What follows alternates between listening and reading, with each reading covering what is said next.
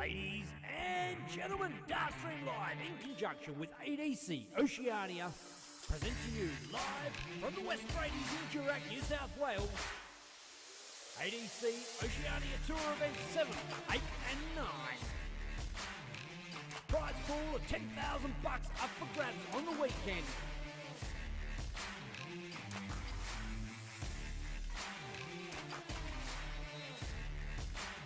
Huge thanks to our sponsors: Mining Electrical Solutions, Dart World Australia, Darts Down Under,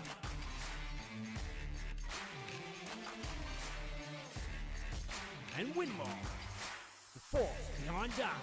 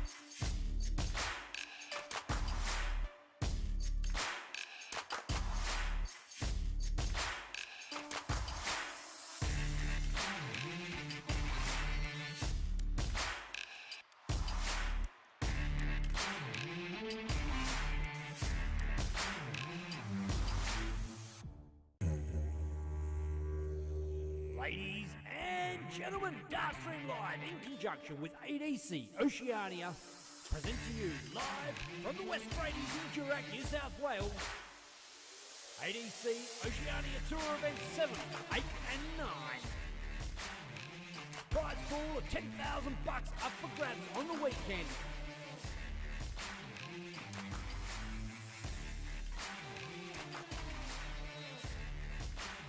Huge thanks to our sponsors: Mining Electrical Solutions, Dart World Australia, Darts Down Under,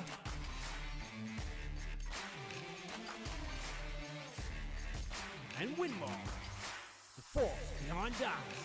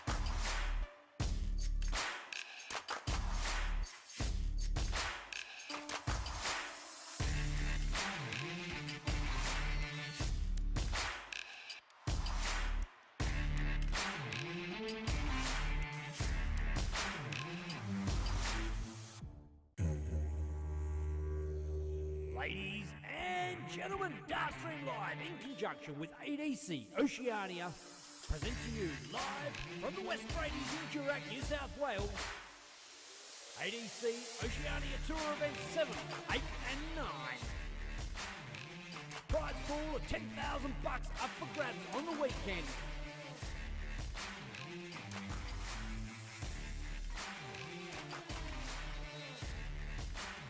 Huge thanks to our sponsors: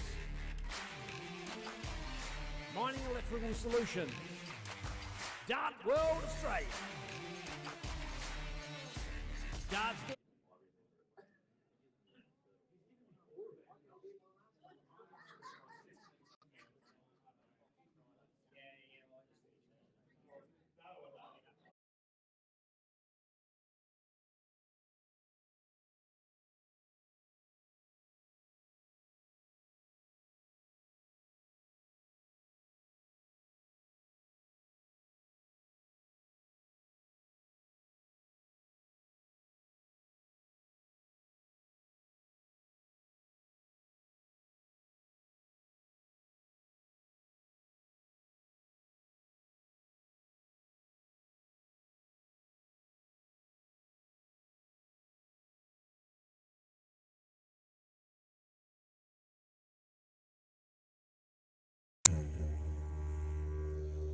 Ladies and gentlemen, Dartstream Live in conjunction with Adc Oceania present to you live from the West Bradies in Durack, New South Wales. Adc Oceania Tour Events 7, 8 and 9. Prize pool of $10,000 up for grabs on the weekend.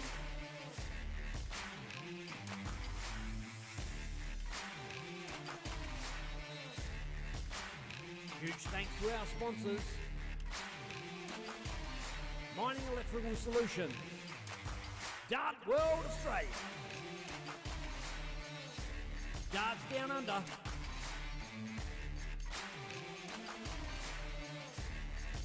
and Windmore, the force behind darts.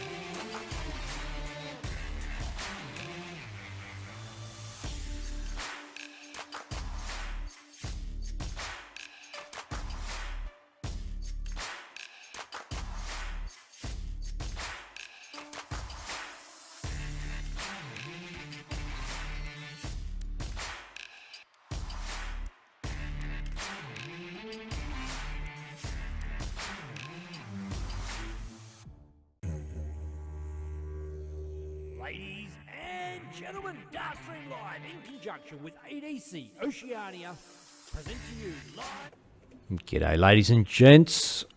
I've just realised I can hear myself.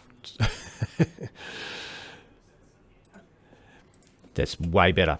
And welcome to Dartstream Live. Welcome to ADC. And it is event number 8 on a Saturday. It's the knockout round. And I am joined in comms with our old mate, someone you all know very well, Mickey Brock. And I'll get him in here in a second. G'day, Mickey. How you going?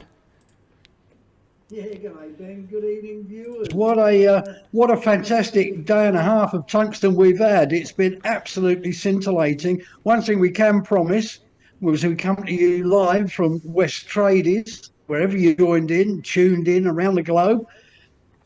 We are in for some top tungsten to come tonight. There's no two ways about it. The quality of the boys that are left in the field, absolutely sensational. Really looking forward to this. And who we got up first on stream, mate? We have got a couple of animals, or a bit of fauna. Anyway, we've got the big fish. Dave Marland will be taking on the bull, James Bailey. Not the other bull, Mal Cumming. He's not here this weekend, unfortunately. But this is going to be a cracking game. I've watched many of their matches over the years. Whether it be in steel tip or even in soft tip on occasion, and they have generally been of the highest order. So it is going to be very, very interesting, very difficult to tip. Yeah, and both of those guys are actually sponsors of Darts Down Under. Those of you who know Mickey Brock would know he is Mickey Brock of Darts Down Under fame, and both Marlin Real Estate, Dave Marlin's outfit, and James Bailey's outfit, Bailey Carpentry Services, both sponsor your podcast. Tell us about that, mate. What's all that about? Oh, look, we are basically we're just darts fans. We're darts tragics. We love the game. We want to promote the sport. We want the sport to grow, and obviously, importantly, as part of that, it's creating brand awareness of the players themselves. In my particular instance, it's all about the players. It's all about the darts. Always will be. Always has been. Not going to change. So we do a weekly podcast which goes out on our Darts Down Under Facebook site. But we've got YouTube where we do the interviews with the guys from the World Series and things like that. They're all up there, and like I say, it's just darts fans having a good time, really. And if you like it, as with the DSL stream, if you like it, smash a like button. If you don't like it, feel free to tell us. We got big shoulders, we can handle it. We're big boys now.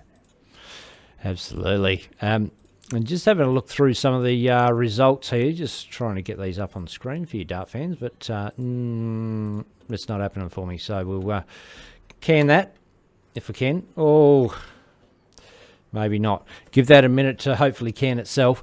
I'm just running through the state of play at the moment into the quarterfinals. It's Jeremy Fagg versus Julian Lane, Dave Marlin versus James Bailey coming up on stream, Craig Scarf versus Mark Tafe, and Billy Aiken versus Matty Mullen from Queensland, both Queenslanders. And first stream, as we mentioned, coming up soon, Dave Marlin and James Bailey.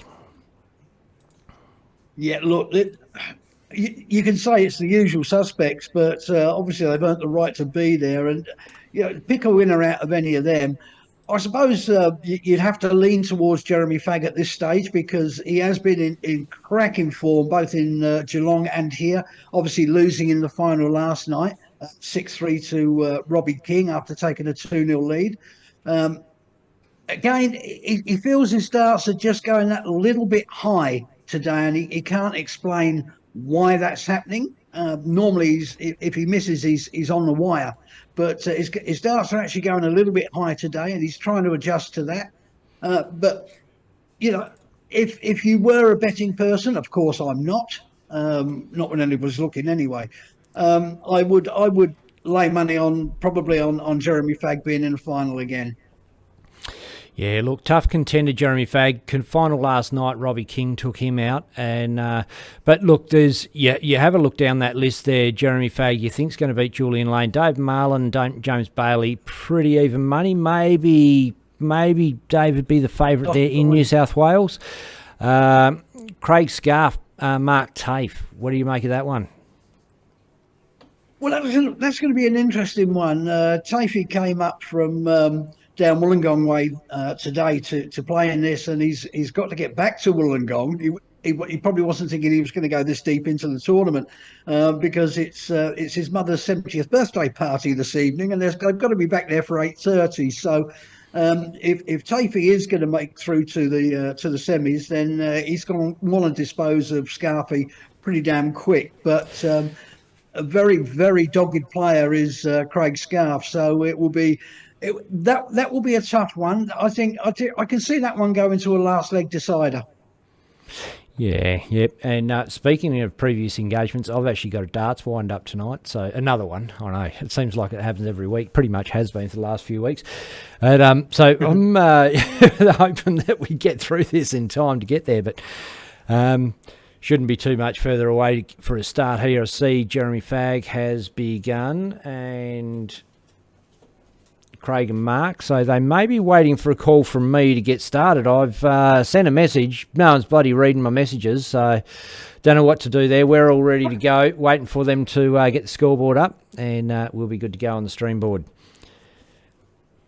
Lovely jubbly. Just send a question mark, see what they're doing.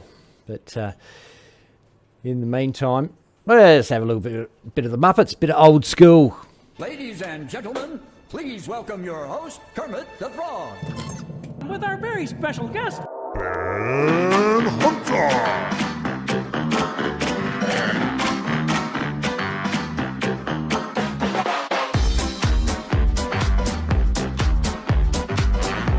Okay, go on the Muppets. Sounds pretty exciting. It's time to get the darts out. Recap and feel alive. It's time to meet the players on Darts Live.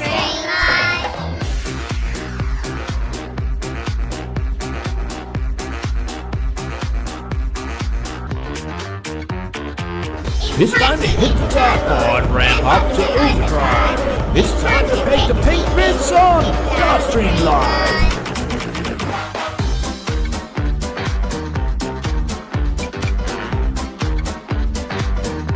Why do we we always come here? I guess we'll never know. It's like a kind of torture to have to watch the show. I always dreamed we'd be back here. Dreams? Those were nightmares. It's time to get things started. Fun, parody, jocularity, and hilarity, and vulgarity. This is what we call the Stream Live. And we're back live again, Brocky.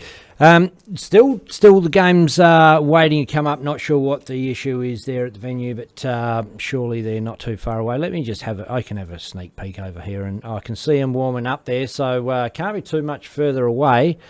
I don't know if it looks like they're waiting for me to call. I can't do it from here except for message you guys, so look at your phone and get the game on. Maybe you might have to run out and give them a nudge, Brocky. Oh, look, you've mentioned a word there that's not going to happen. Run. Me. Oh, okay. You've seen me. I might manage a quick waddle, but I think run is probably a bit of a stretch of the imagination, to be fair. Yeah, fair enough. Yeah, well, we... But what I'll do is I will pop out, because this is probably the most salubrious place I've ever done a call from. I'm actually in the boardroom at West Tradies. Nice leather armchairs with armrests and all sorts of things, and they swivel, and if I get bored, I can go round and round in circles. It's absolutely fantastic. But what I'll do, I will pop out there. So you keep the show going, big boy. I'll be back in a moment. Good stuff, mate.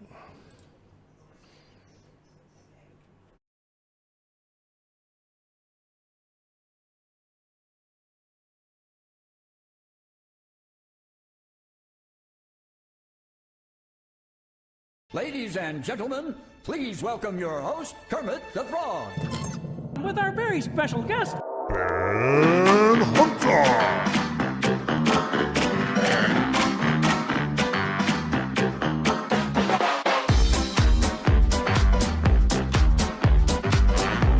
Okay, go on the Muppets. Sounds pretty exciting. It's time to get the darts out. Recap and feel alive. It's time to beat the players on Darts Live.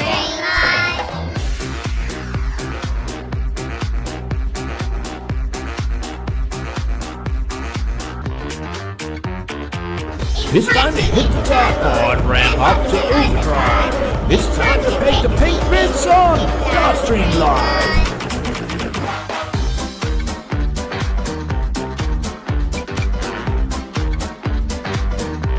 Why do we always come here? I guess we'll never know. It's like a kind of torture To have to watch the show.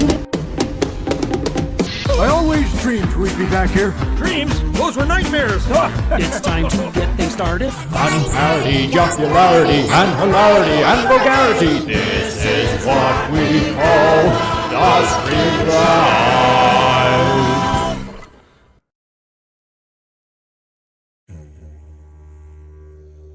Ladies and gentlemen, Dartstream Live in conjunction with Adc Oceania present to you live from the West Tradies in Durack, New South Wales. Adc Oceania Tour Event 7, 8 and 9.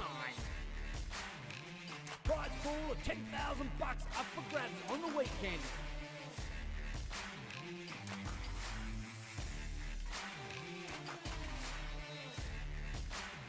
Huge thanks to our sponsors.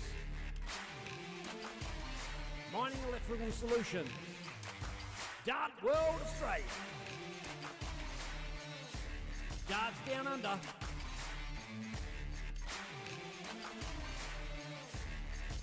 And Winmore, the force behind darts.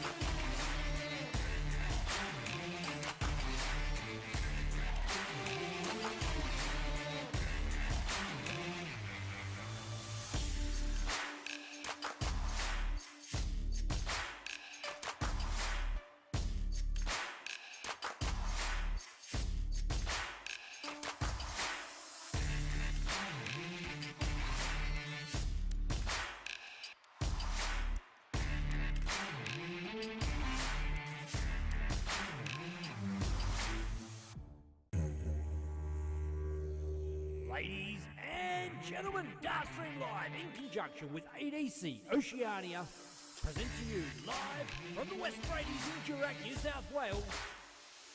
Adc Oceania Tour Event 7, 8 and 9. Prize pool of $10,000 up for grabs on the weekend.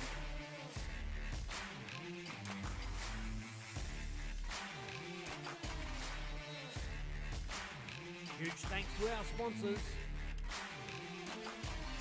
Mining Electrical Solutions, Dart World Australia,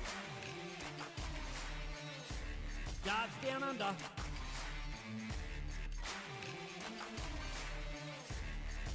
and Winmore, the force behind darts.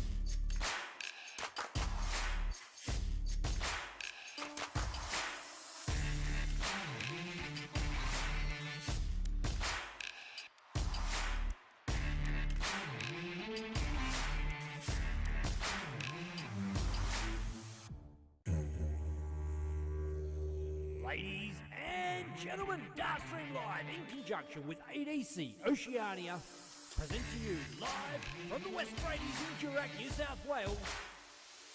Adc Oceania Tour Event 7, 8 and 9. Prize pool of $10,000 up for grabs on the weekend.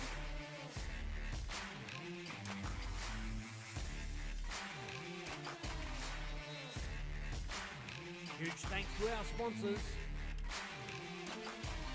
Mining Electrical Solutions, Dart World Australia, Darts Down Under,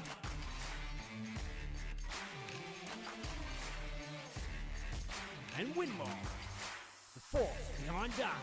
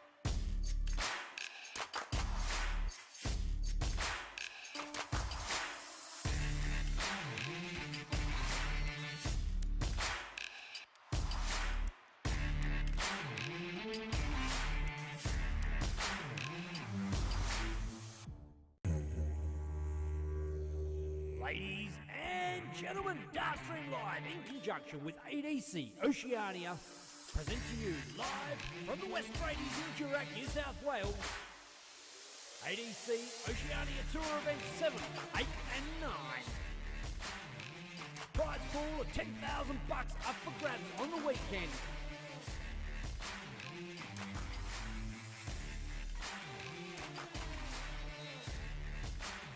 Huge thanks to our sponsors: Mining Electrical Solutions, Dart World Australia, Darts Down Under,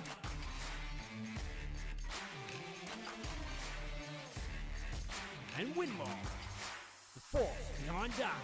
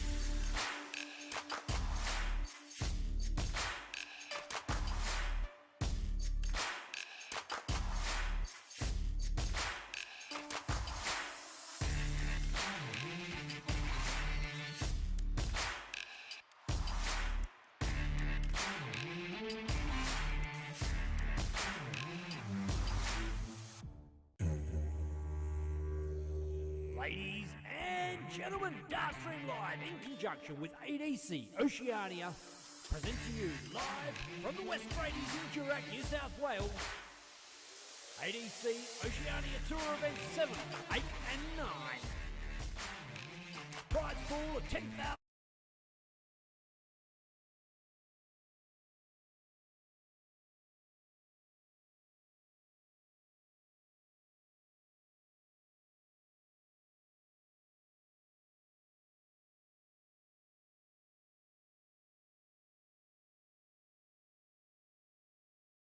I am joined in comms with Mickey Brock. G'day, Mick. G'day, mate. Fortunately, we've joined in the match, getting it started on time, with the first leg just completed. James Bailey taking it out, obviously with the throw, so he won the bull. That is his nickname after all. Should be, this will be nip and tuck all the way. Great darts there from Dave Marland.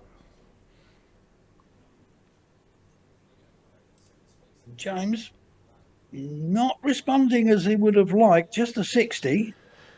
For someone like me, 60 is a big score. It was 3 nice straight darts. It certainly was, but he'll be unhappy with himself that he wasn't closer to any of the getting anywhere near the treble with those 3. He'll look to rectify that now. And he's straight over into the 5. He's dragged it. That's a better marker. But again, pulled it low on the last. He's done the Aussie. He's gone down under. Dave Marland. Beautiful smooth throw in action. And it's netted him the gains there. Just do a bit of 167 after 9. Refresher on the players there, getting a bit clearer. Something going on with the internet there, and we've if we refresh it, it keeps coming back. I'm not sure what the story is there, but we'll if you see that go black, you'll know I'm just trying to make it a little bit better. Oh, James steps back. Maybe there's a bit of a noise in the crowd there or something, because that's not like James. Not like James at all. I'm not sure. Maybe it's a scoring issue. Yeah. He is just waiting. Harley's scratching his head, walking through there. He better be careful he doesn't get splinters. Harley will be disappointed with the last couple of days, because obviously he was the star performer down in Geelong, making all 3 finals. The standout performance obviously belonged to Jeremy Fagg, beating Harley in the second one 6-1, taking out 142 and another 140 plus finish to take the last 2 legs with 102.42 average. So Harley's probably going to be a little bit disappointed with how things have gone so far this weekend. But he's still that. So, he's still pushing deep into tournaments. He's making the last 32, the last 16, the last 8. You know, watch out for him because he has really come on strong in very recent times, and he is looking at improving his game all around. It's great to see him back to roughly where he is, but obviously, dare I say, he may be a better player than he is a marker. Oops, was that my outside voice? Sorry about that. But yeah, look, there is obviously something that's happened there. Like I say, it's unlike Bailey to walk away from the hockey like that. But obviously something's not quite right. Had it have been a noise in the crowd, you would assume that he would be back at the hockey now. So there must be some other issue which obviously we're not aware of because we're not actually out there. We're stuck away in our rooms. I can see Eskimo Quinn working fairly diligently there at something, so I'm guessing that's probably what it is. Let's just see if we can zoom around to him in a minute. But you're doing a great job as it is, Mickey, for a Saturday afternoon. Look, mate, I just love being at the darts, around the darts. I love the banter in the room. I love the humour. For me, it sounds really corny, but it really is a darting family. And nobody can ever get too big for their boots in a room because they get shouted down by everybody else. But the fun, the laughter, the happy atmosphere, which unfortunately has been sorely lacking. But all right, we're back on. Now it was on 296. There we go. Marlon hitting the ton to leave himself 67. And there's a better hit there from James Bailey. Put a bit of pressure on. He is on a finish. 17. 10 for tops. 10 for tops. Oh, just on the wire. Big ask, a 156. I've seen him do it. No, it's not going to go this time, but he needs to set it up. He needs to maintain that pressure on Marland. Oh, that really isn't enough. 41. That is not enough. He'll work his way down. He worked his way up there. And again, last start on the wire. So Bailey coming back for another opportunity. Probably thought he wasn't going to get. 115. There's a 60. There's a 15. Tops for a sensational checkout. And just under, he's pulled it low. Dave Marlin coming back. Can he knock it off this time? Level it up. The answer is yes in one. There it is. 1-1. Nip and tuck. That leg was really a tale of missed opportunity. Jimbo will look to put in a big one. Needs a treble. He's found it. Steady ton. Nothing wrong with that. Start off with a ton. You are putting the pressure on your opponent because they've got to hit a ton 20, ton 40 to better your score. So you're subliminally putting the pressure on. This is better from Jimbo. Oh, one up, one down, one in. Beautiful last start. Last start in hand, straight in the lipstick.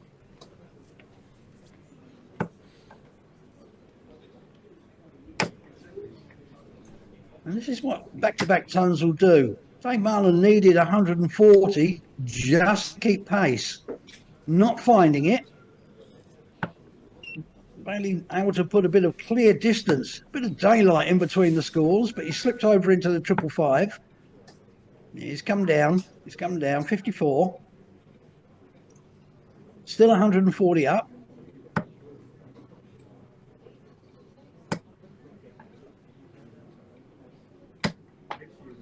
as you quite rightly pointed out pre-stream. Both of these chaps are sponsors of Darts Down Under. We do thank all of our sponsors for supporting us in supporting you. It's all about the darts. It's all about the players. We are a non-profit organisation.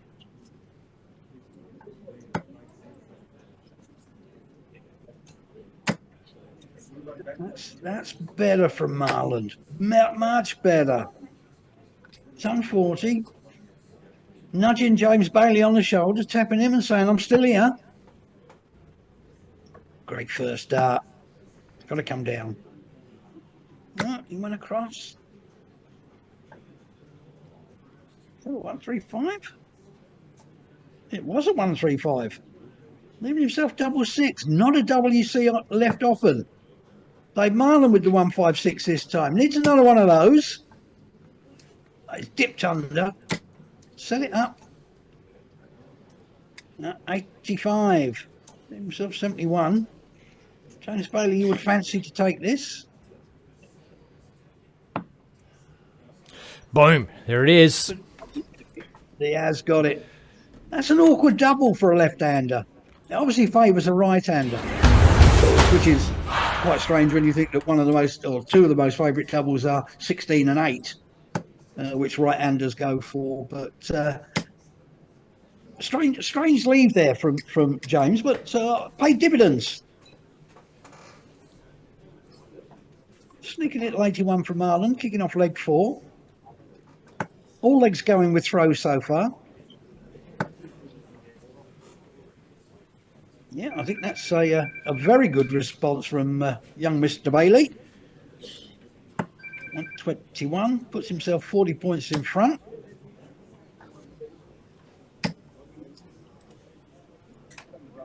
Perhaps Big Fish is starting to feel it. You can just see a little bit of snatch coming into his throw there. He's normally got a very silky smooth action. But 60 you feel is probably enough. There's only a dart in it. There's only one triple. And that's probably it. If it wasn't, that is. Again, sliding left with each dart.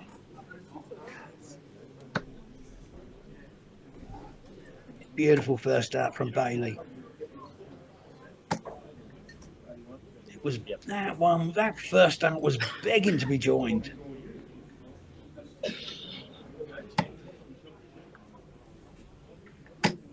That's better from Mr. Marland. Much better. Some 40 just when he needed it. Bit of daylight. Good first dart. Dropped a bit low with the second. Yes, good board management coming down. Coming downstairs for the odd number. 102 if he comes back. Which, probability-wise, he will. But wait a minute. Oh, it's just above.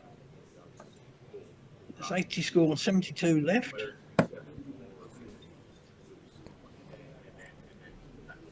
Yeah, 64 to kick if James does not take a 3-1 lead. Well, he's looking good there. 60's fine.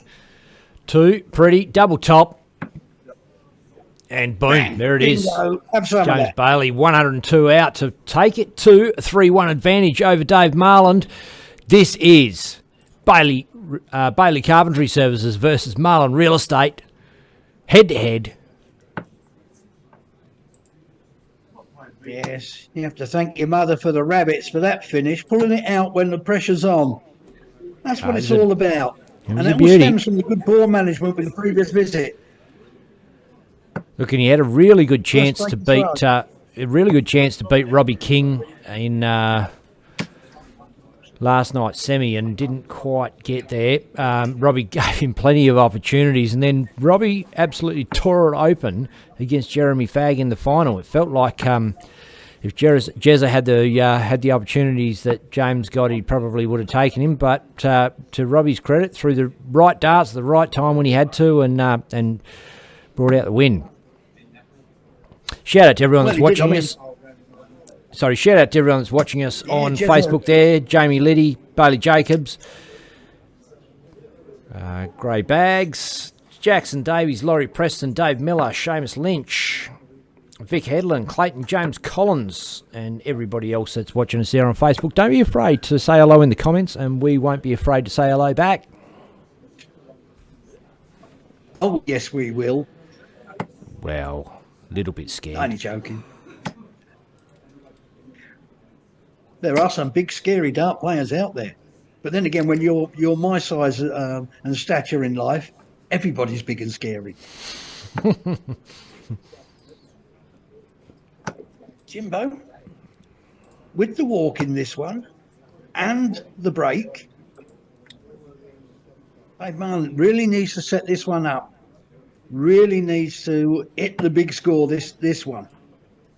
And it could be on. Again, dipping low. Is that about 93 there? 132. It's not the worst check out. And he will come back and have a go at it. Surely Jones would come down. No, he must have snuck into the one. No, he didn't. Well, there you go. The first dart obscuring where that second dart had landed.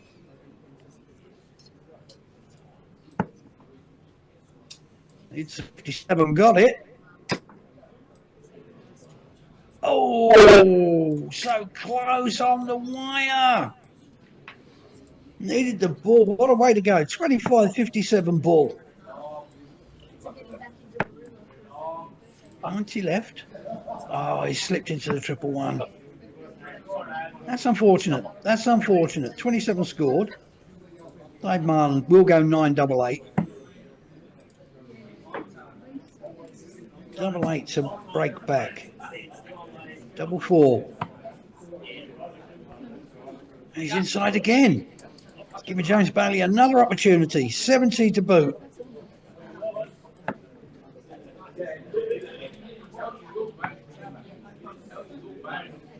Tops again. Oh, he's really dragged that one. He will not be happy with that dart at all. Really, really dragged that one bad.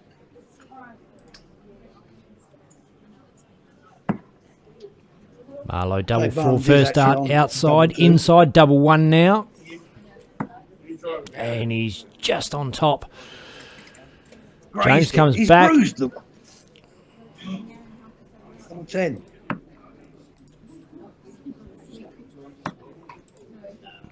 And he's pinged it.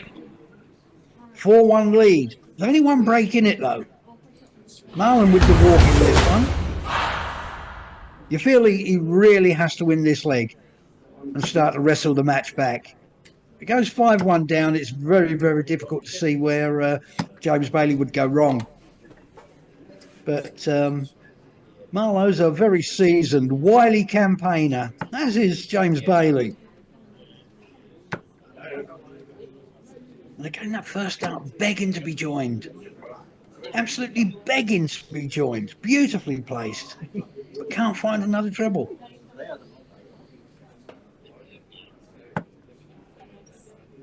That's a beautiful dart. That's a beautiful dart. Oh, it snuck over the left. 135. Good score. Puts the pressure on James. Great first dart. Begging for another. Just like that. Oh, again. Caught off the barrel. 140, but what a response.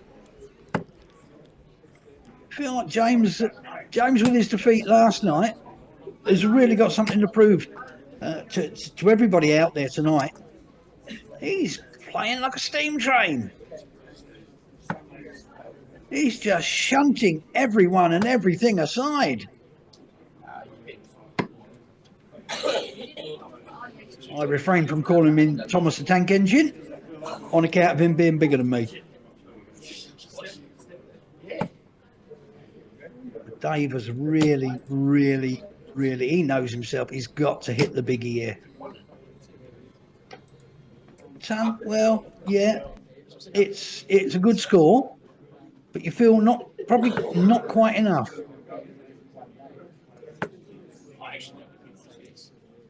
I mean, how complacent is it to say you score a ton and you think that's generally not going to be enough? But James not really taking advantage of that. 126. And no, I haven't got dyslexic with my counting. That's what Dave Marland had left. 126. 86 leaving himself tops. Santa James, you miss. I'll hit this time. 54. Good first start. 72 scored. 36, 16. No. He's left himself tops. Oh, the battle of the tops. Top battle.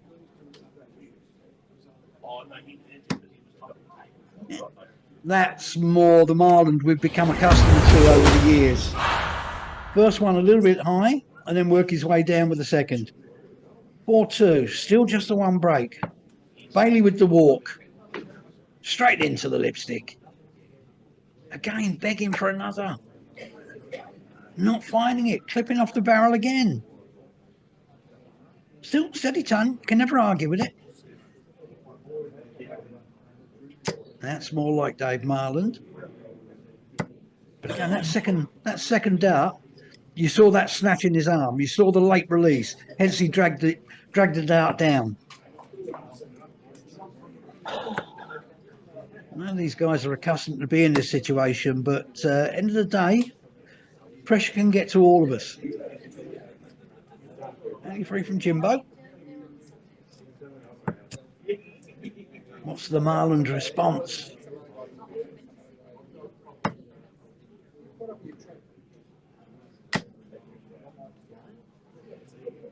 Yeah, ton. So he's keeping pace. Keeping pace. But he needs a two-treble, at least a two-treble visit to put the very good pick up from Mr. Bailey. Triple 19 with the last dart.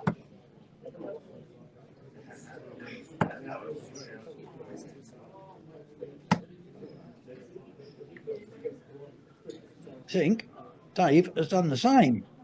He has indeed. 240. Not bad when you're looking to set up, but when you drag over into a 555, doesn't help the cause.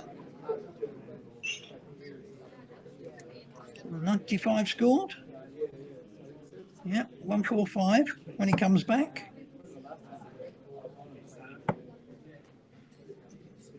That's about a second dart. And a joyful third dart for Marland fans out there. 83, 145, James Bailey after 12. Not going to go. So the big fish, leaping salmon, crouching minnow, will be coming back to try and take out 83. 57 first dart? 17. Okay. There's the 33 bull. Oh, I think he's just wide again. Second attempt at ball. Wide for the second time. Triple 15. Looks like it's in. Tops. No. 75. Double 5. Oh, what a clear up. After the first start that looked like it was in triple 15, it wasn't. It was a single. Up for the 20s, hit the triple, left himself double 5. Not the favourite double for the players, but took it out with some aplomb to go on the hill. He's on the cusp. 5-2. Marland now has nothing left to do but just play his darts. He cannot drop another leg, or that will be his day done. But what a quarter-final. I think that finish may just have bolstered. Oh, James Bailey Carpentry Services here has just got a magnet on that treble 20. Yeah, he's you could say he is taking the real estate from Marland. What has Dave got in his tank? He's a fighter. Both of these boys are. Got to find a treble. Didn't. Dave Marland has got to jump on this. He's got the walk. He's got to pounce. And he's getting a bit scrappy. He's getting a bit haywire. 75 scored.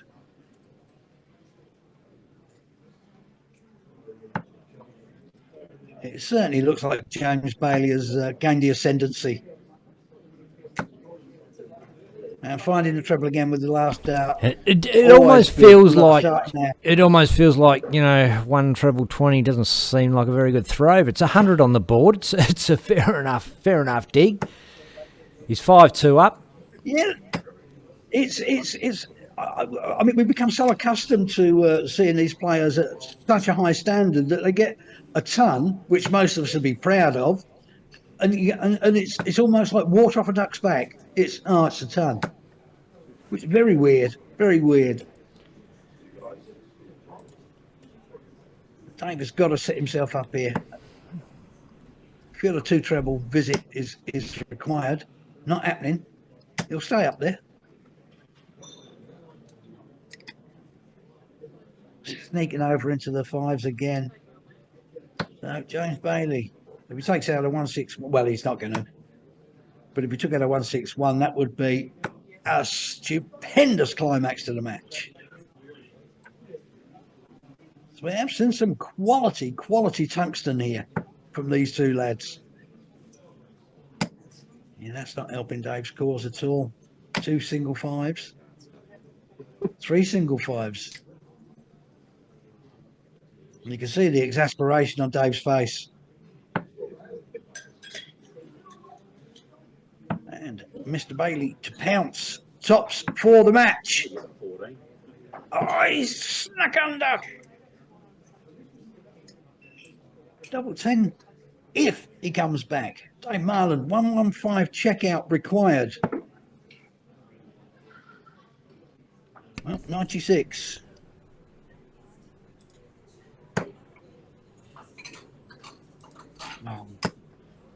Dave's game, it's just deserted him. Absolutely deserted him. He will be filthy if he loses this. Good marker from Mr. Bailey. He's inside. So Marlowe coming back for 74. You feel it's got to go. There's the 14. There's the 20. Tops to pull a leg back. Dragged down again. Late release. Dragged it down. Bailey coming back for 5. Will he go 1-2-2, 3-1-1? Oh, he goes straight in the fat 20 and murders it. So Dave Marlowe comes back. Double 10. And that is straight in the hole. Yeah. James Bailey says, yeah, mate. Absolutely. Nose. A game, if James Bailey will feel he lost that game, not that Dave Marland won it. He didn't feel like he deserved to win it at the end there, James. I know how he feels, and now he's just going to come out and smash hard. Goes down to the 19s for a change. A little With a scrappy leg like that, will it prove to be the catalyst for Marland? Could we see an almighty comeback? I'm just looking at him in upset. Whoever wins this match, because they're both capable, obviously. But if it was to come back from 5-2 down, I know James would be absolutely ropeable if that does occur. James is all over the board just hunting for a treble right now. It's not coming easy to him like it was earlier on in the match. They were just flying in like that, looked like nobody business. It's strange how often that happens in a match. One player will be firing, the other can't get it together. The one who was firing then gets a bit scrappy, and the other one picks his game up. It's one of those quirks of the game. Oh, he's found it that time. Big 140 there from the ball, James Bailey. Great first start. Snuck under. Snuck over. Still only a dart in the leg, but Dave Marland has to win it. Has to win it to stay in the tournament. 23 scored. 162.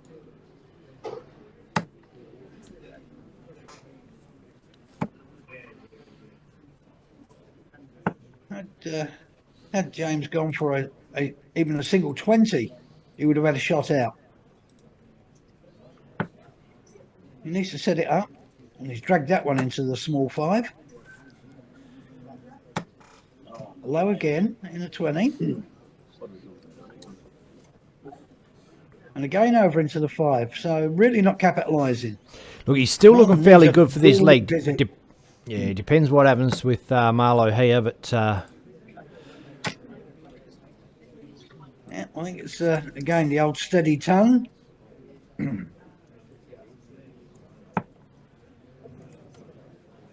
well, 147's not going to go. But 95 scored, 52 left. I'm not even going to try and predict what the bull will go for if he comes back to the hockey, which he will.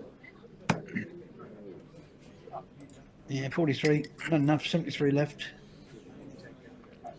He's going 12 tops, mate, every day of the week. More traditional. He dragged it low again. Double 10. So that, for James, that's way off target. So he'll normally be on the wire when he misses a double. 54. Oh, no, that's a sign that the Marlowe's feeling it, really feeling it to drag it that low. Double 10 now for the ball. Oh, he's outside. They're markers. both on the wire. And I think That's that one's him. in the hole. He has cleaned it up. He's cleaned it up. Shot. Has he? And the man. He hasn't. I thought it was in. Premature copulation, my friend. It's still Marlo Yeah, to look, go. I put my Christmas tree up in July, mate. It's called premature tree ejaculation. Oh, Marlo's inside. James is coming back for double 5 for the win. Dear. He's high. Even if he pegs it, James won't be happy. If Marlo pegs out, he's still not going to be happy. All 3 Yeah, darts 3 outside. on the top wire. 122. You would imagine. Oh, she nearly went into the double 1. Well, he's going for it now. Outside. So Bailey coming back. I to feel mop like it up. I feel like James gave Dave the last leg, and maybe Dave's returning the favour here. Double 5. Well, look, we know they're far better players than this Boom. leg is. He's pinged it with that one. So a 6-3 win for James Bailey. You cannot argue with that. It was a bit scrappy at times, but we knew it was going to be a tough contest between these two. And at the end of the day, James will be eventually happy that he's through to the semis. But Dave Marland, like I said, either one of those who had lost the match is not going to be happy with the way that they perform. But and that is darts for you. It's a tough life, a tough gig. Yeah, absolutely. Look, we're going to take a short break, and we'll be back for the first semi-final coming up shortly. We're going to be streaming both semi-finals and the final live here on Dart Stream Live. We'll see you soon, Dart fans. Ladies and gentlemen, Dart Stream Live in conjunction with Adc Oceania present to you live from the West Bradies in Durack, New South Wales. Adc Oceania Tour Event 7, 8 and 9. Prize pool of $10,000 up for grabs on the weekend.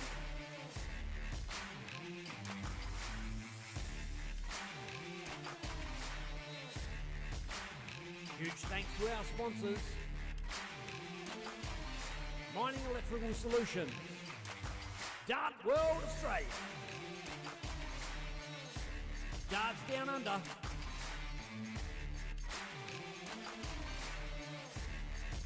and Winmore, the force behind darts.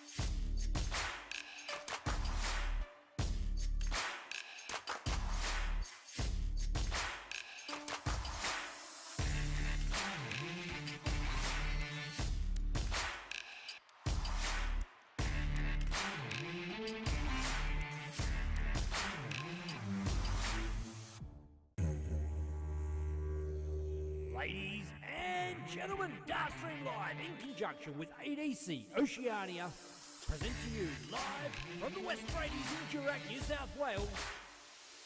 Adc Oceania Tour Event 7, 8 and 9. Prize pool of $10,000 up for grabs on the weekend.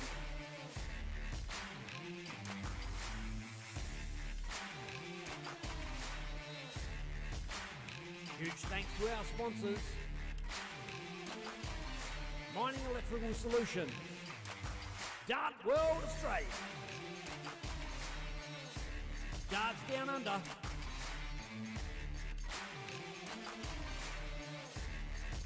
and Winmore, the force behind darts.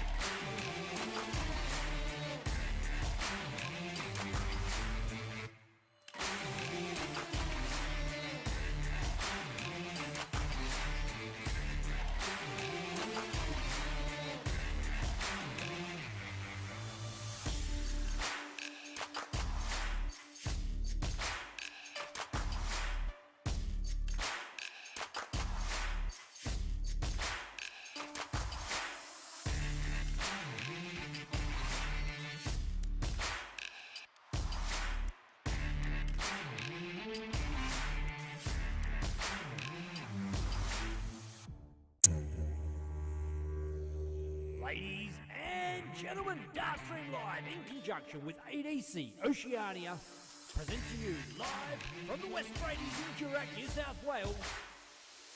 Adc Oceania Tour Event 7, 8 and 9.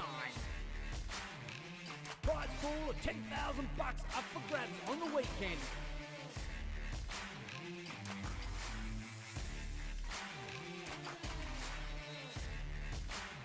Huge thanks to our sponsors, Mining Electrical Solutions, Dart World Australia, Darts Down Under,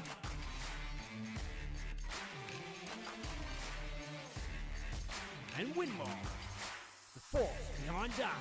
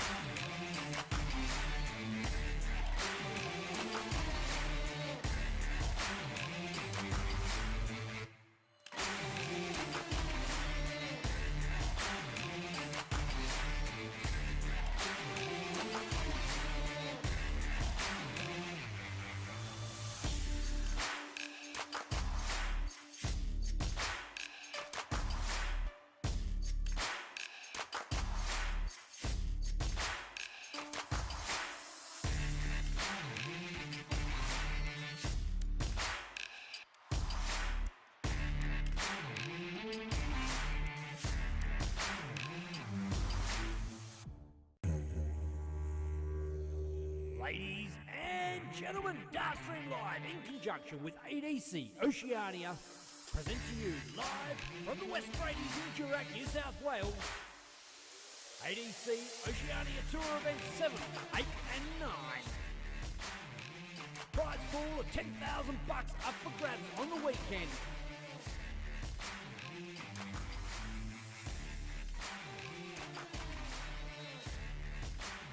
Huge thanks to our sponsors. Mining Electrical Solutions. Dart World Australia.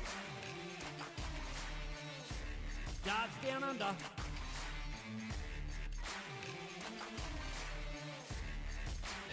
And joined again in comms, Mickey Brock, the ever faithful, and Craig Scarf versus Billy Nutseraken. Well, yeah, well, this one is shaping up to be a belter, an absolute belter. Great to see Billy playing so well again. Craig Scarf, probably, he's certainly known as a decent player for many, many years, but to make the semi-final, that's no mean feat.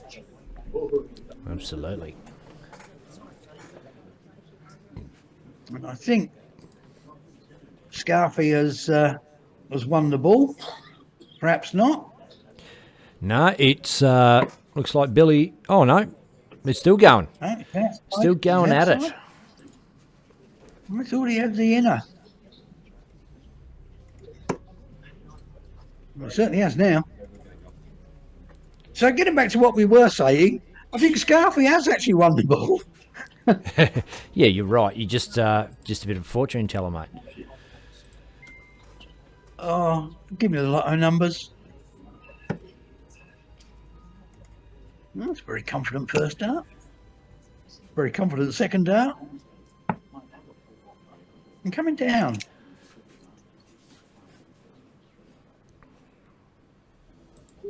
There shouldn't be any nerves between these two. They're both seasoned campaigners, and I mean that in the nicest possible way. Good last out there from Billy Aitken, picking up the treble 19.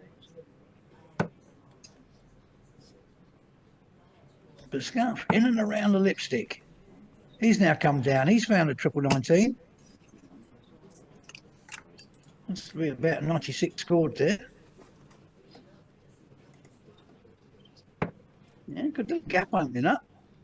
How will Billy respond? Yeah, not finding it this time. First two darts obscured in triple 20s. They came down the board. A fair distance off the triple 19.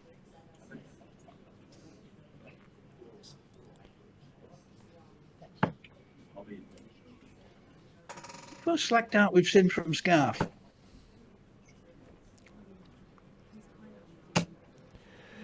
Oh, Pop's a 140, I think. Good. He's, oh no, 121 there for Craig.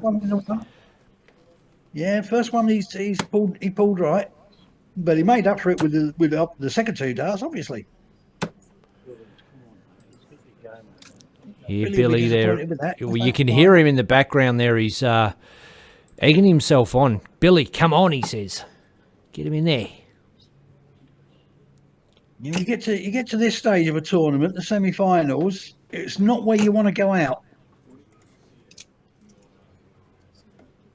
Not a good visit from Scarf. Very, very, very confident. 45 left after 12.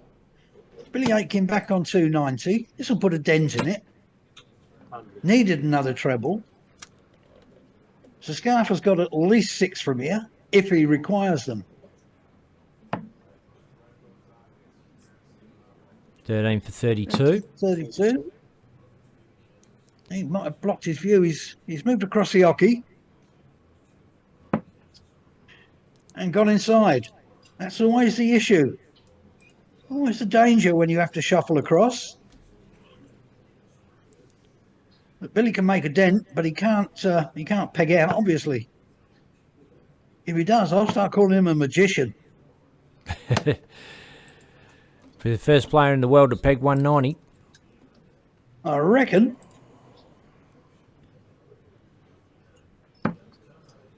Double 8. And he has pegged it with his second dart there. So a 17 dart leg opener. Not to be sniffed at. 1-0, Scarf over Aitken. Best of 11, of course, first to 6. Which really is a tried and tested Premier League format. And we are certainly seeing some Premier darts. We are being treated.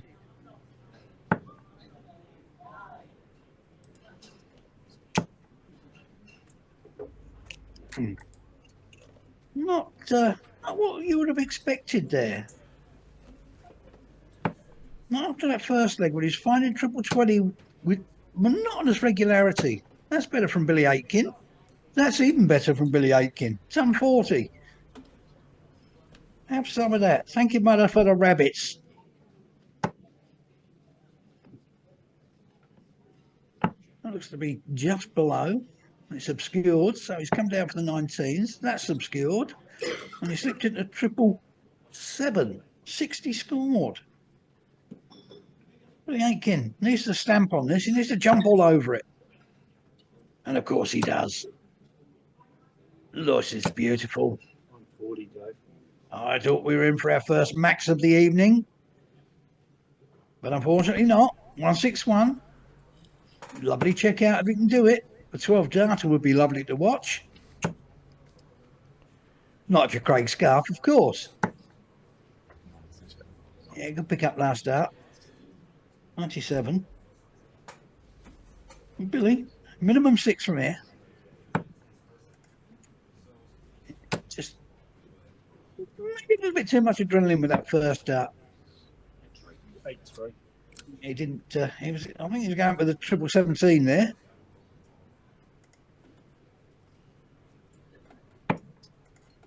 I was caught in two minds whether to go for that or triple 19. Smack bang in the middle of the 3. Yeah, that's better from Scarf. Much better. 140. Giving Billy Aitken a nudge. 78. There's the 18. Single 20. Tops for the leg. Steadies himself. Sensible. Readjusts. Resets. Unfortunately. Goes high. 146. 146. Big ask, but possible. No, not on now.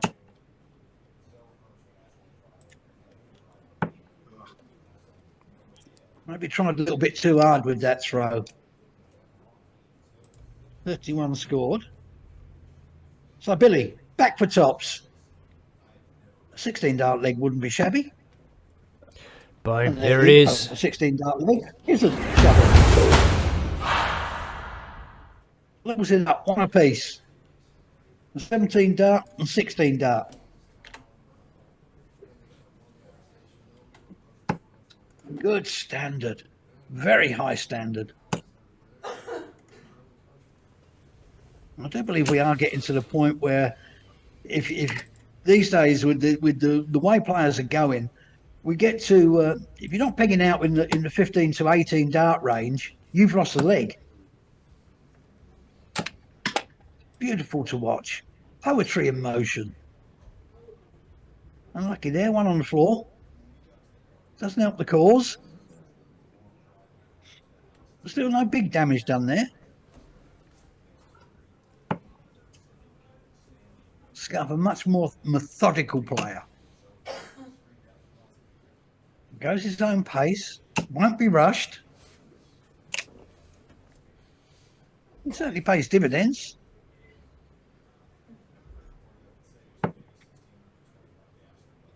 Nuts are straight in the lipstick. One above. Well, I think he snuck another one in. No, he didn't. It was in the 555. That's unfortunate.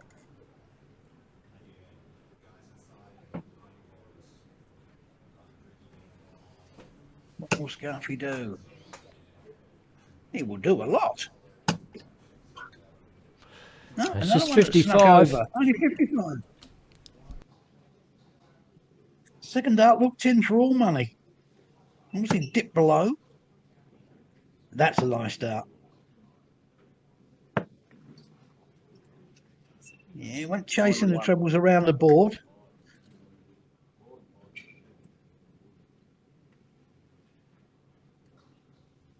Yeah, snuck ahead in this leg.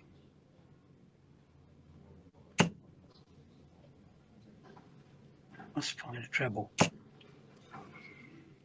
Not sure he has. So this is the opportunity for Billy Aitken. Very low with the first, high with the second. Yeah, had to come down. He obscured the treble.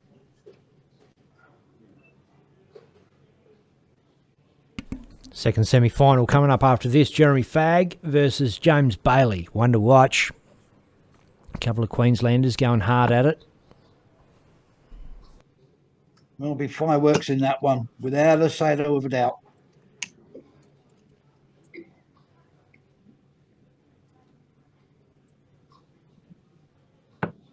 And Billy set it up. 201 left. No. Only 44.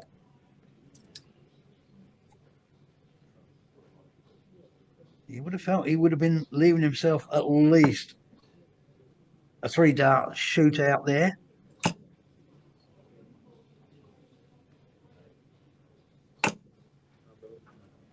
Yeah, good pick up with the last dart yet again.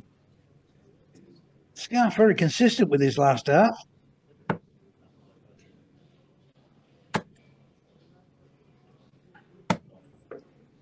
Nice pick up the 57 there, last start there for Billy Aiken. Leave himself on 80, 90 for Craig Scarf. If Nutzer comes back, will he go tops? 60's good, double 15. Boom! Oh, good dart, good dart.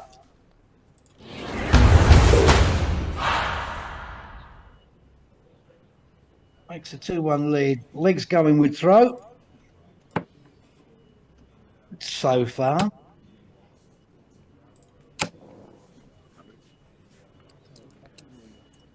But Scarf won't mind that because if it does go all the way, he will have to walk in the final leg, the 11th, and decider.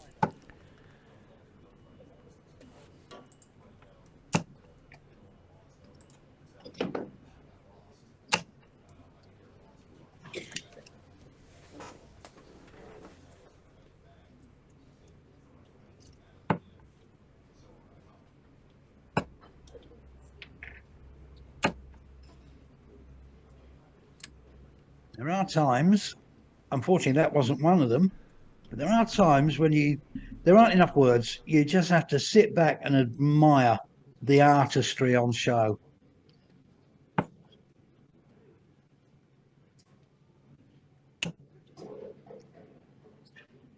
One of those wouldn't go amiss. Okay, levels it up. 261 apiece.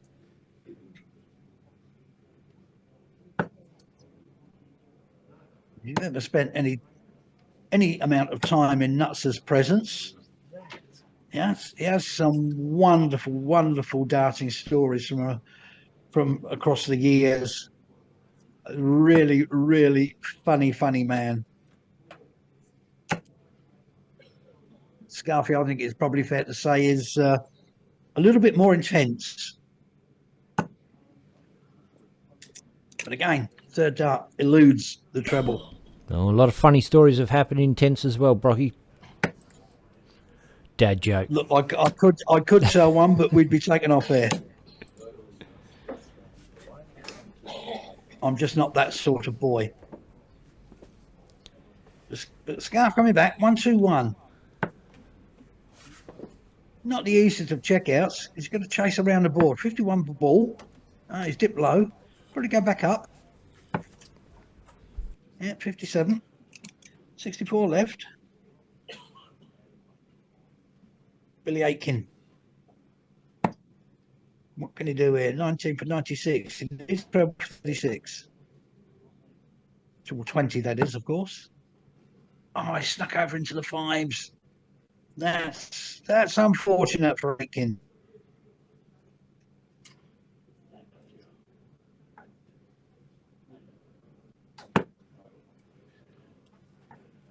Yeah, sensibly took his time to figure out what was his best approach.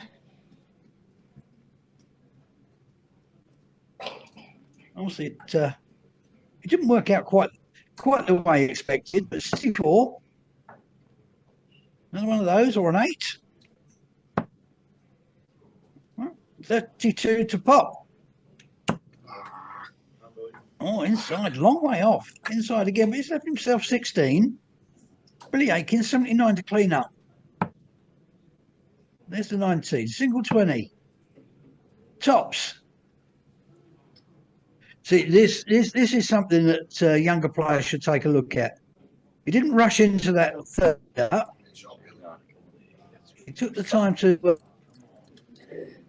reset, stood back, reset, refocus. Hasn't come off for him. Oh, it has come off for him this time. There we go. It's all square. Yet again, going with throw.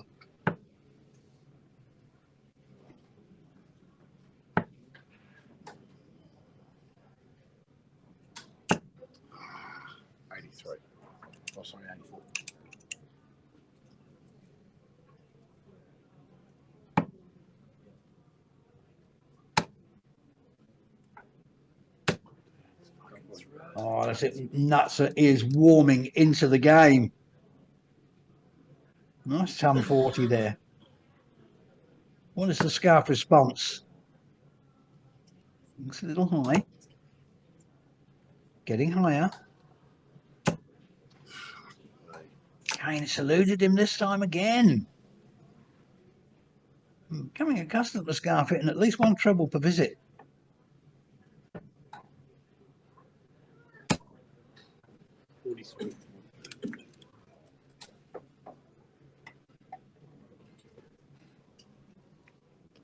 Billy not really taking any advantage from it.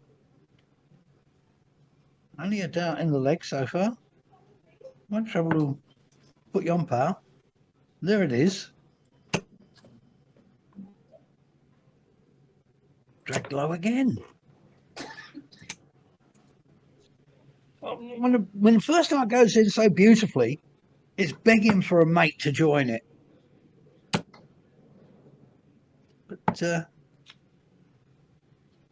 they're the guys out there. They're the ones that do feel the pressure. They're the ones that are playing the game. So it's easy for us to sit back and say, well, maybe coulda, shoulda, woulda. At the end of the day, hats off. Some terrific tungsten that's been put out there for your silly visual delights. Not sure if that's a word, but it sounds good.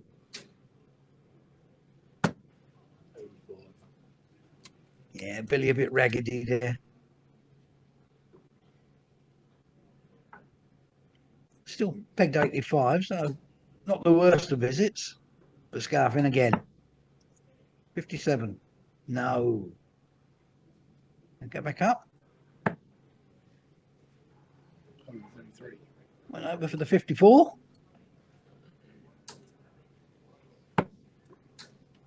Binged it.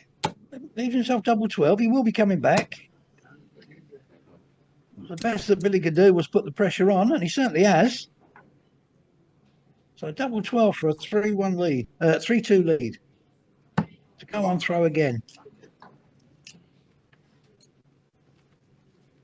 And it's in. So all legs, all 5 legs going with throw so far. 3-2 Craig Scarf.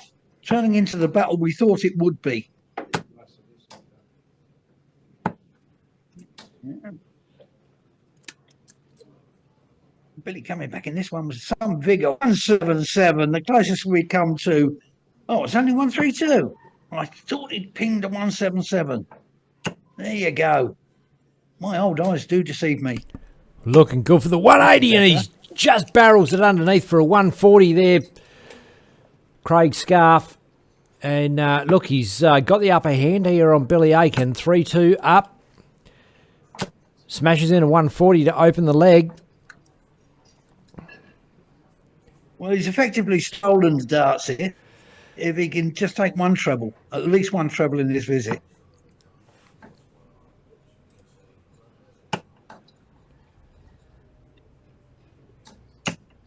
It's scrappy. That is very scrappy. Has not taken advantage in the slightest.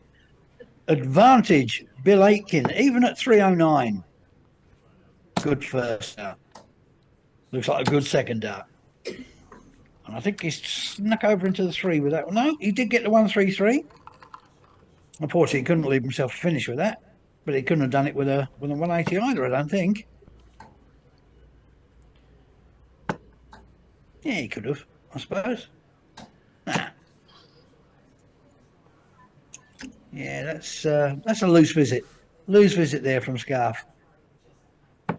Billy Aitken, 176. These 3 to set up.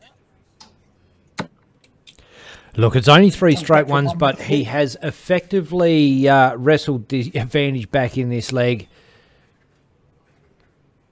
He needs to. He's got to stick in there. And look, Scarf's looking a little ruffled. Ruffled, I should say. Raffled. You're going to raffle him off. Ruffled? Well, meat tray. Nurse, bring me my meds. Might be offended if you refer to him. Probably chicks that refer to him as a piece of meat at times, but... Yes, I'm not going there. Nuts Elise 46, handy leave. Craig Scarf way back on 245, struggling to do anything decent. Yeah, that one into the body fives. Language there. His body language there should be perking Billy Aitken up. Good score, bad score. Do not show your emotions until the end of the match, because you will bolster the confidence of your opponent. And look at that, a clean up. What's the clean up? All 6 legs with throw. He is all tied up. Aitken, of course, has to burst. Has to burst the throw of Scar. The advantage of winning the ball. Far out, he said, I'm pretty sure. I believe it was along those lines. It was either that or don't come to the near queue, join the far queue.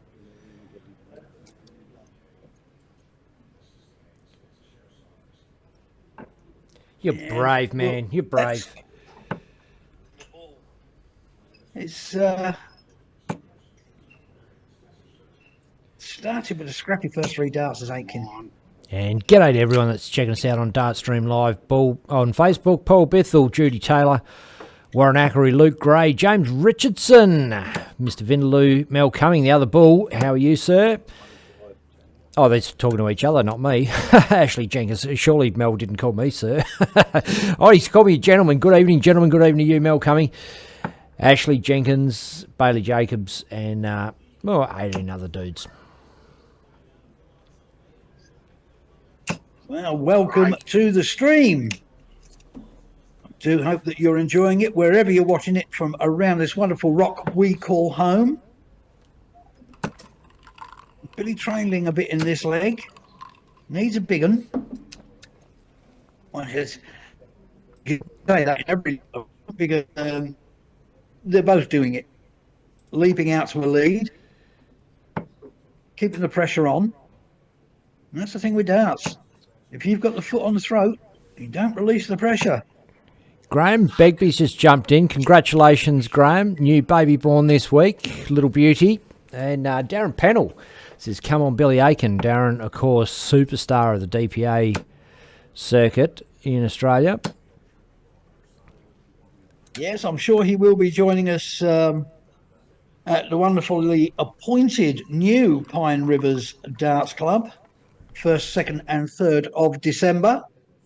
Be good to see him coming into the tournament for the first time.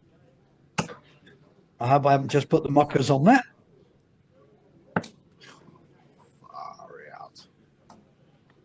But I think all the players will tell you, playing with the ADC Oceania tournaments, it has certainly sharpened them up, enhanced their games. Because we truly are. Oh, great darts there, Billy Aitken. Nice pick up. Leaves 84. Darren Pennell 26. says Pine River's tick. Awesome. Lovely jubbly. Apparently said he's getting the first beers in for us, Ben. Thanks, Dazza. We'll wait for that response. It probably won't be too polite. But something has put Billy Aitken off there. Wasn't me. Saw him distracted, looking over to the right. Bull. Oh, for Bull. And that is just a 25, I think. Oh, so close. 115. Jim King Where's the says 60? 15's good for There's tops. 15. Tops. Tops to keep the streak alive. Above. So Billy Aitken will come back. Could this be the breaker throw he needs? 988, you assume, but he might go 112. Now, the more traditional 988.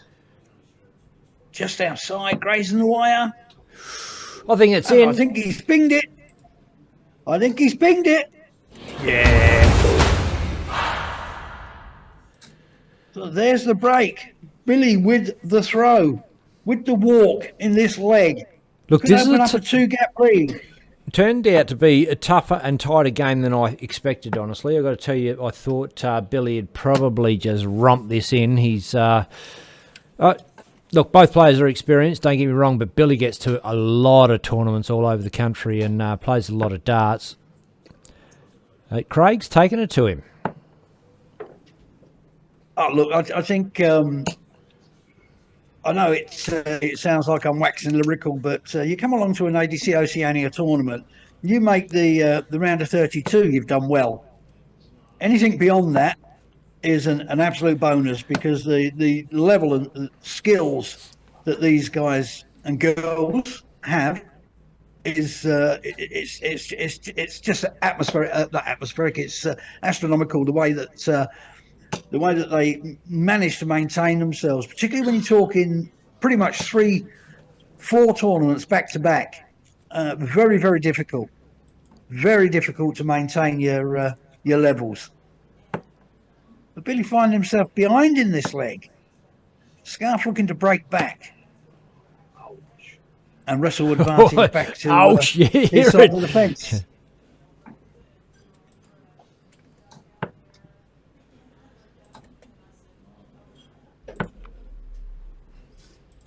Not enough.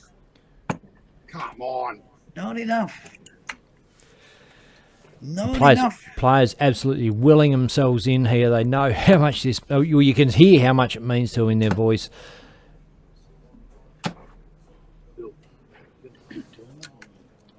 And,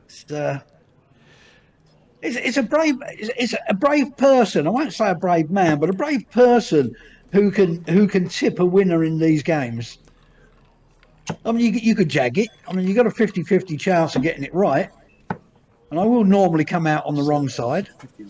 Oh, look, I think it pretty much you would have to back Billy in on this one. Having said this, it can go either way still. Still can go either way. Craig looking good for a break back here on 220. All he needs here is a ton. He's left himself a tidy little Shanghai finish on the 20s. And, what's he going to do? Begging for a mate. Oh, what did I say, ton? Mate. He's already got a 120. 180, begging, goes begging. That was just dying to go in there. Those darts frustrate players when you know it's all set up and all you have to do is just let the bloody thing go. It's going to go in, and it doesn't do it for you. But 95 to rip. He's got 6 to do it from, minimum. I think he's gone into the treble 7 there, yeah. So that certainly didn't help. Yeah, nice setup. Nice setup. Left himself tops. He's telling Billy, "You broke me. I want to break you back immediately." Oh, and only 45 there. Billy still leaves it tough. Tops now. Yeah. Craig Scarf. Feel like that last out from Bill was it was just a chuck away. Takes his time. I was going to say a much more methodical player is Craig Scarf, but he's dipped below, so double 10 again. Boom. And pings No.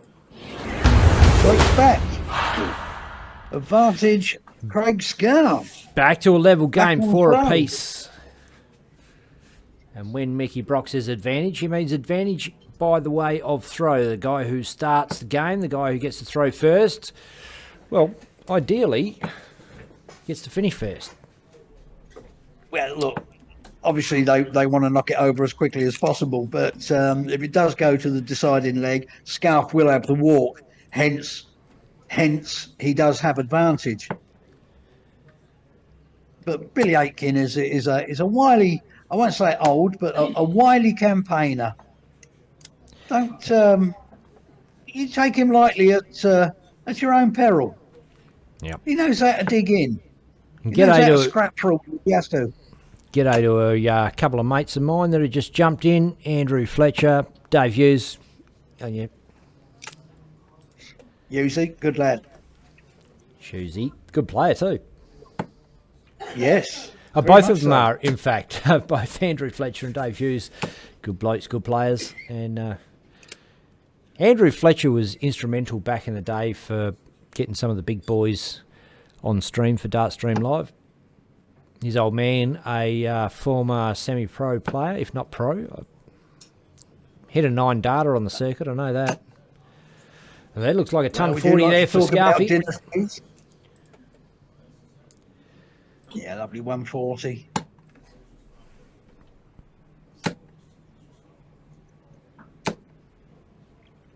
Really needed to put in a big one there.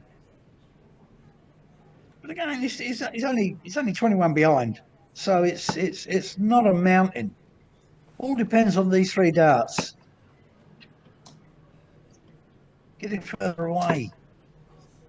Oh, has a ping at the bullseye there. Not a bad option. Hits the 25, Yeah, well, 256. 25, he'd left himself the big fish. Nuts is going to go down by the look of it. He does. Picks up the 57 handy. 96 think on the he has. board to leave himself the 160. He has done indeed. So he leaves himself a finish on 160. Got caught out before, not leaving a finish, as you pointed out. And Well, the 145 is Scarfy, on. that looks like it is. It's a he's triple in the 2. angle. Yep.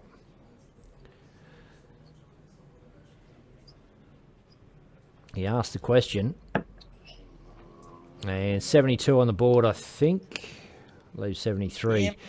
Correct. Nutser, This would be a 160. heck of a check Oh, out. come on. Won't it? No. Oh, he's just got a fat one. And probably going to drop down now. Even Just that a one up. 40, but Leaves he's left himself a Shanghai. I don't know what it is about Shanghai, but it always feels it feels like you've been spoiled when you watch one go in. Well, you know what? It's 3 straight darts, man. It's like if the first one doesn't hit a treble 20, the second one probably should, and then you've got a dart at tops, you know. And they Yeah, go but more often than they probably should. Just a little bit higher. See, Billy's now having to shuffle across. Must find the treble. Doesn't. Drop low.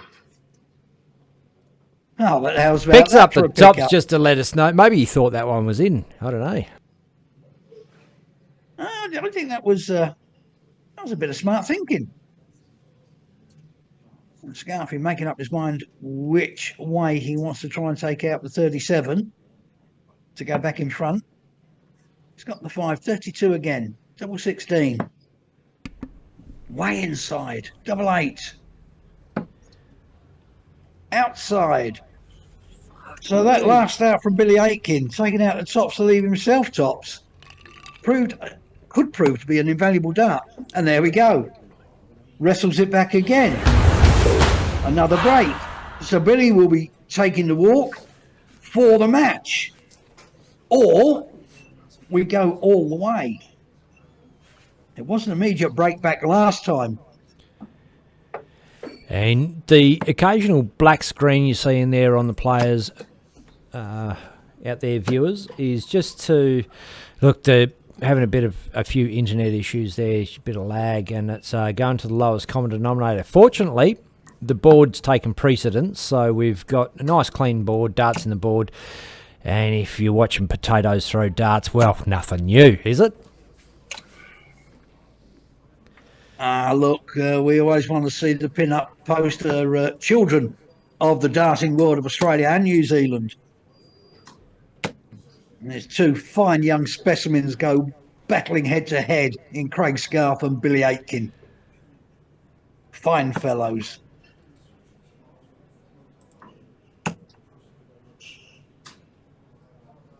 I see the pressure starting to tell. Getting scrappy. Getting scrappy. Billy Aitken on 415 after 6 darts. You would not put money on that.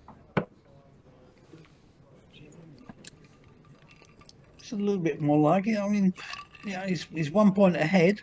But Scarf has these 3. Can he put a bit of distance in? It looks like he might. That one looks to be over. And shout out to Brad Johnson, who's just joined the stream. G'day, Brads.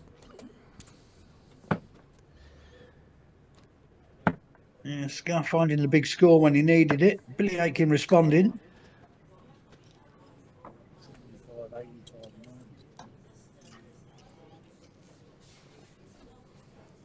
Seems remiss to say just 90 for Aitken, but Scarf in the lipstick again, first dart.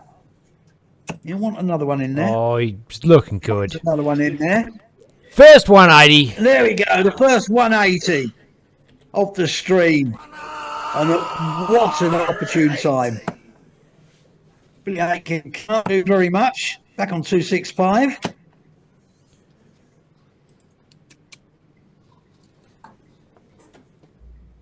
Yeah, good darts, Billy. 719s. Scarf 36 double up. Take it all the way. And he does. So an immediate break back yet again from Scarf. Aitken initiating. Scarf completing. So we go to the final leg. Advantage Scarf. Has the walk. She's all tied up, ladies and gentlemen. Craig Scarf, Billy Aitken. Scarf, he knocks in a ton. Oh no, it's only 80. Looks like a ton for me. 81, I should say. Yep. 81. Billy Aitken in and around. Also obscured his view of the treble 20. Scarf back in again.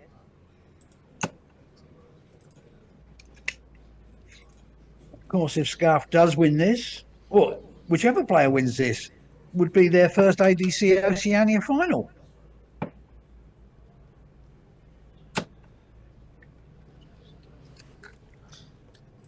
Geelong obviously dominated by Harley Kemp and Jeremy Fagg, even though Davey Platt did win the last final on the Sunday.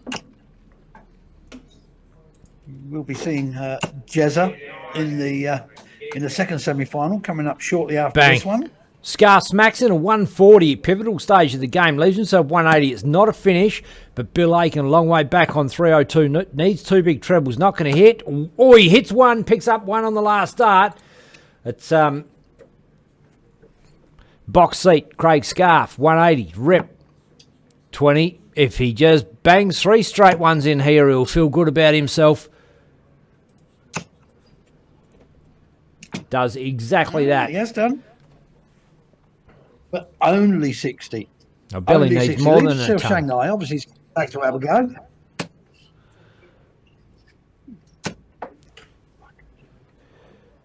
He's got to finish, Bill. Again.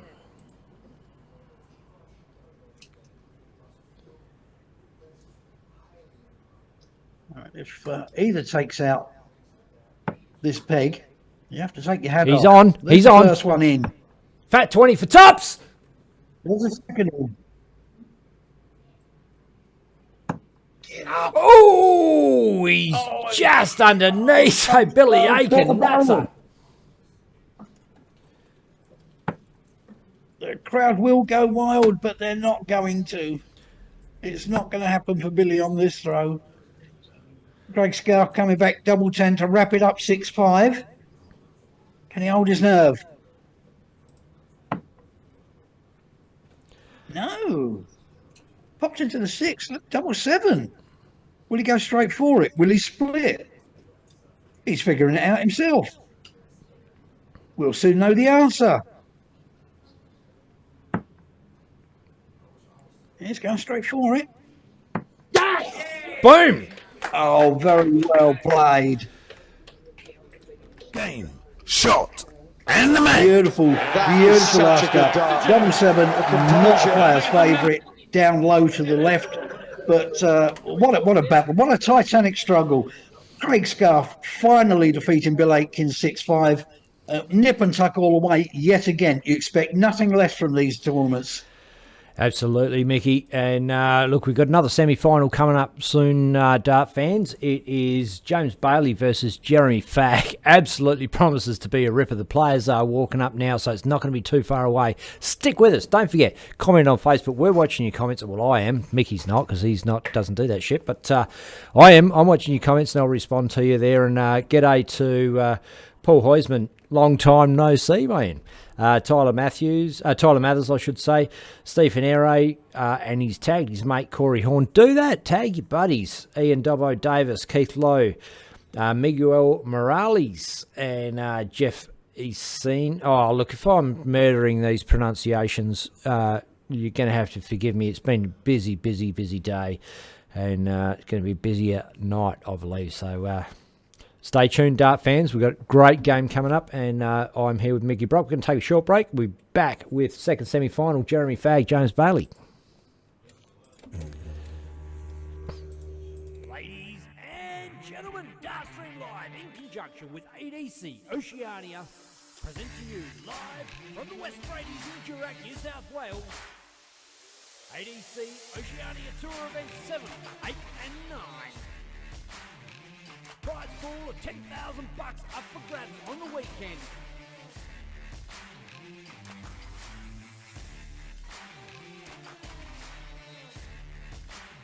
Huge thanks to our sponsors. Mining Electrical Solutions. Dart World Australia. Darts Down Under.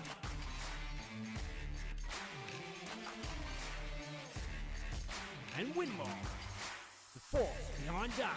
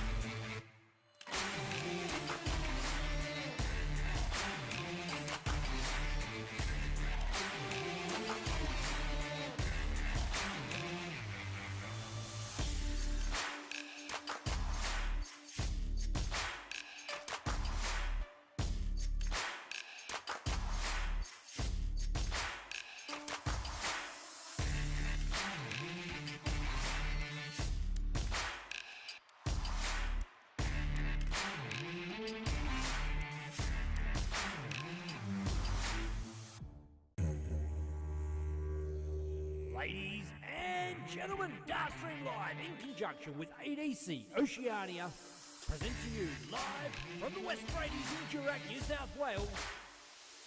Adc Oceania Tour Event 7, 8 and 9. Prize pool of $10,000 up for grabs on the weekend.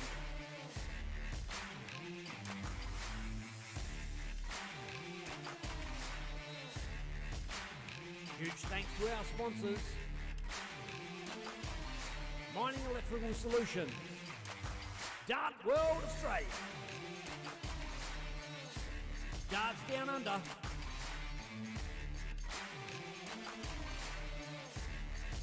And Winmore, the force behind darts.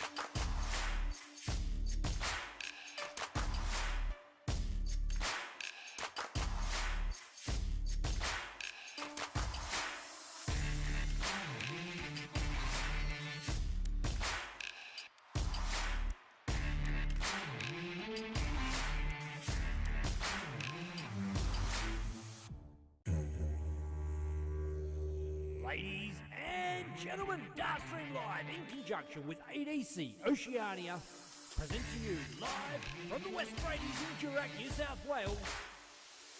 Adc Oceania Tour Event 7, 8 and 9.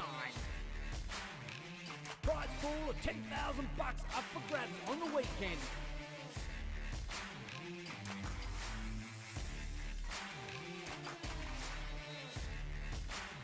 Huge thanks to our sponsors. Mining Electrical Solutions.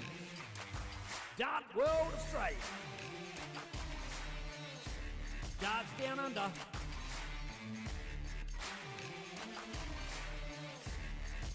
And Winmore, the force behind darts. And I'm back with my old mate Mickey Brock here in commentary.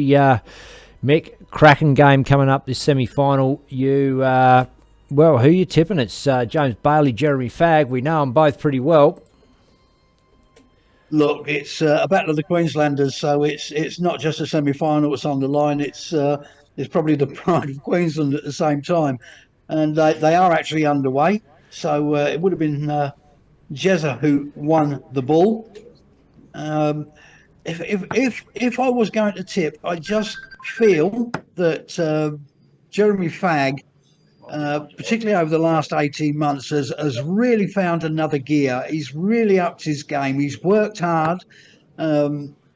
It's showing. He's starting to reap the benefits. And for such a lovely, humble guy, it's great to see. But James Bailey, another wily campaigner, always obstinate. And I mean that in the best possible sense of the word. A very obstinate opponent. He's very dogged. It sounds ridiculous, but when you play James Bailey, you have to beat James Bailey. You don't win against James Bailey. You've got to beat him. There is a very, very subtle difference in that. But again, if I was forced to tip, I would probably say Jezza would be the one to go forward. But knowing young Mr. Bailey, he's probably listening to this somewhere and he'll go, "I'll show you, Brocky. I'm not having that." But again, he's left himself 162, which is a no shot out. Look at this. Look at this. That's a great response. A great response. 90 left for Jeremy. 162 for James. Jezza will come back to the hockey. Oh, good first start. You track the second. Got to stay straight. 98. 64 left. Jezza, will he go 54.36? No, he won't. 20. Oh, he's hit himself double five. Oh, just over the Boom. top. Oh. 64.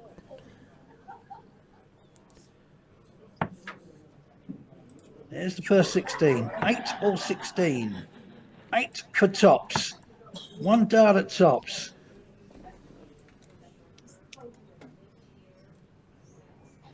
Again, dragged. It's a fag. Coming back. Double 5. Inside. 1 double 2. Yep, double 2. Inside again. He's in Madhouse.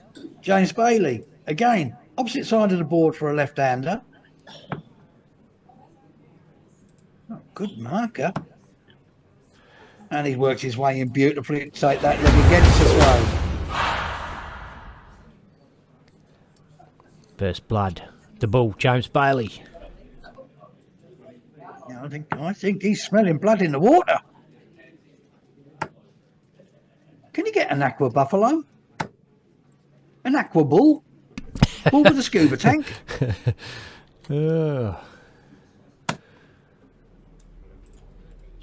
It boggles the mind.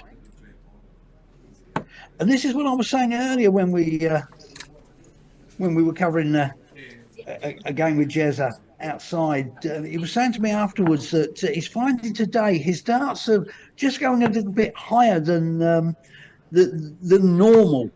And you saw that there. It was a perfect example. They were all sitting, he's normally on the wire. They were all sitting, you know, probably 5-6 mils higher than normal, which is, yeah, for a dart player, 5 or 6 mil, that's as good as a kilometre. It's either in or it isn't. Well, that's a bit sprayed there from James. Yeah, we are seeing a few stray darts. I mean, these two know each other. They've played each other so many times. So I mean, there's no surprises, but you do get the impression that they're over trying. They're overextending. And look, and I've seen James Bailey play all kinds of different darts, and I've seen him have to play his way into games where he's struggled. We saw him against Robbie King, didn't hit a single score over 60. Then hit a 180, and then I think it was an 81 peg. We know that Bailey has got that in his locker, but then again, so has Fag. So we should be in for an absolute treat in this one. There should be fireworks, not just power scoring. We should see some power checkouts, big checkouts, treble checkouts. And the way Bailey mopped up the first leg. You cannot grumble. But that's scrappy. That's wayward. Half a crown, 2 and 6.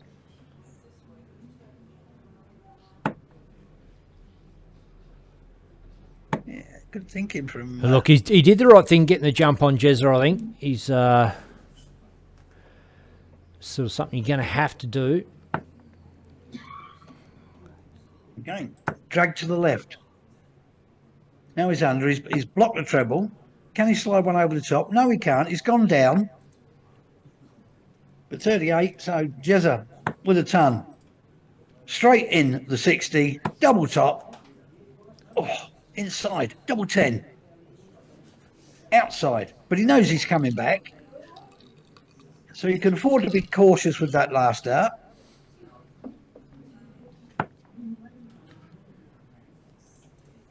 That's better from Jimbo. Much better. Oh, massive 140 lead, 54. Put a bit of pressure on Jeremy Fagg with the double 10. Jez is outside on the wire. And that one is in the hole to make one apiece. Told you we'd be in for a game and a half. This is another one I see going all the way. Final leg shootout. 2 breaks a throw to kick the match off.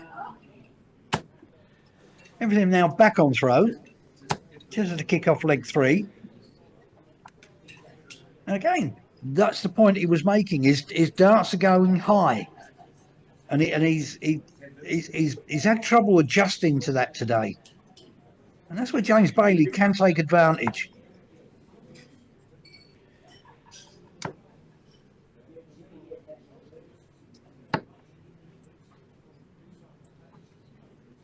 Yes, I do get the impression at times, because these players, both Queenslanders, as we've already mentioned, they've played each other so many times and they know each other's game inside out, that when they come up against each other, never mind that it's a semi-final, but when they come up against each other, they overcompensate for their darts, a bit like a golfer overcorrecting his swing and swinging the ball off to the left or the right. I think that's just a bit of subliminal pressure that somebody you know so well puts on you without you realising. Hence, it's subliminal. Yes, I do know what the word means. How dare you think I don't? This is a better leg from Jezza.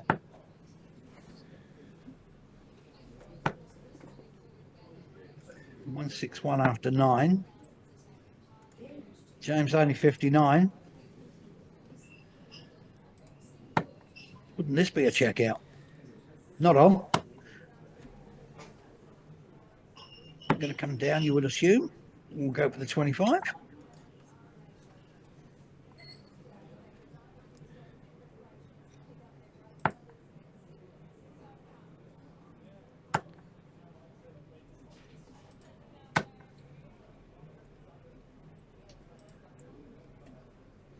That's a good set of darts from Mr. Bailey.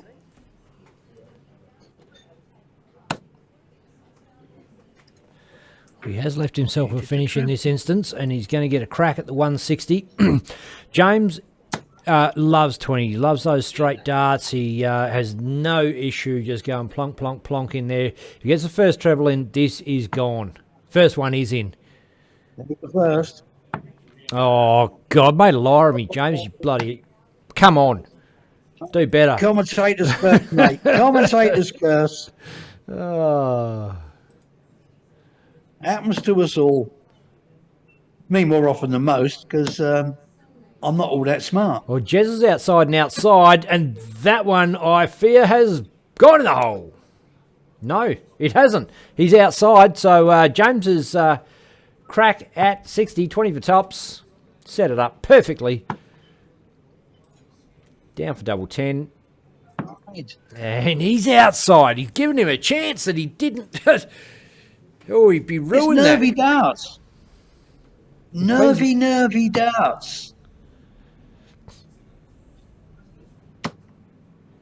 And if anybody's got the auto text going across the bottom of their screen, because of my accent, some of those words will seem a bit strange.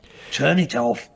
I will point Just out, watch the yes, screen. you have the option there, James pegs double 10, boom. Again, against the throw. 3 legs against the throw. Just how to turn it off. Swing the pendulum swings back Bailey's way. So turn off closed captions, guys. That's if you've got words coming across your screen and you don't want to see it, you don't have to have that. That's something Facebook does, interprets what we're saying, and turns out a lot of our streams converted fairly accurately into swear words and profanity. So we got our page wiped off completely. But anyway, we're not doing that these days. We're pretty straight, clean. Got Mickey Brock, I should say, Saint Mickey Brock on stream these days to keep things clean. As best I can. But no, I mean, with the closed captions, obviously with accents and things, some of the words that come out are not what we're actually saying. That is my defence when I'm taken to court.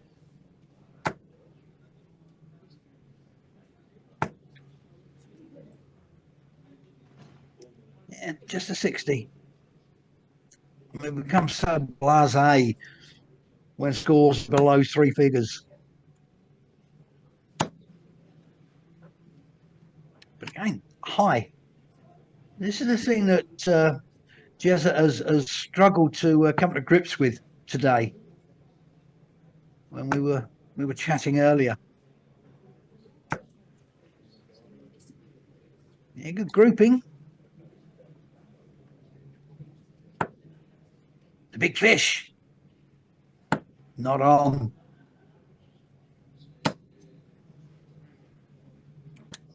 Yeah, 96. Not too bad. But you do feel there's going to be a big triple checkout. A big 3-number checkout in this match. I can feel it in my bones. And it could be the game changer. It could be the morale buster.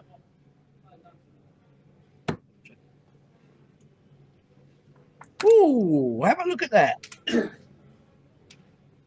Have a look at that. Another leg against the throw. All legs against throw.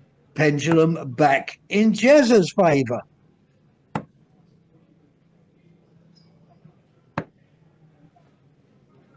But again, when it does, not hitting the big score, your opponent jumps on it. Well, Jimbo make me out to be a liar.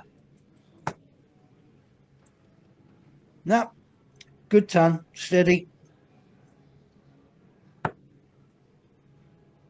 That's as good as a 140 when your opponent has only led off with 57 and followed it with a 57. Uncharacteristic, Jeremy Fagg. James Bailey will dig in, hunker down.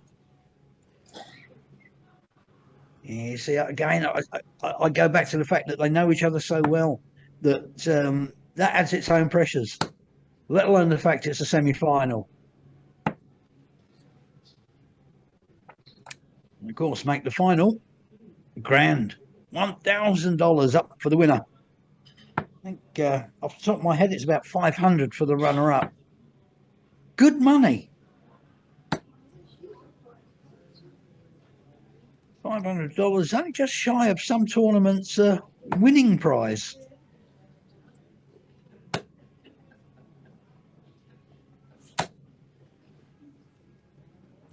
Yeah, better from Jezza, better. But, you know, 1 triple 20, and the bull is back in business.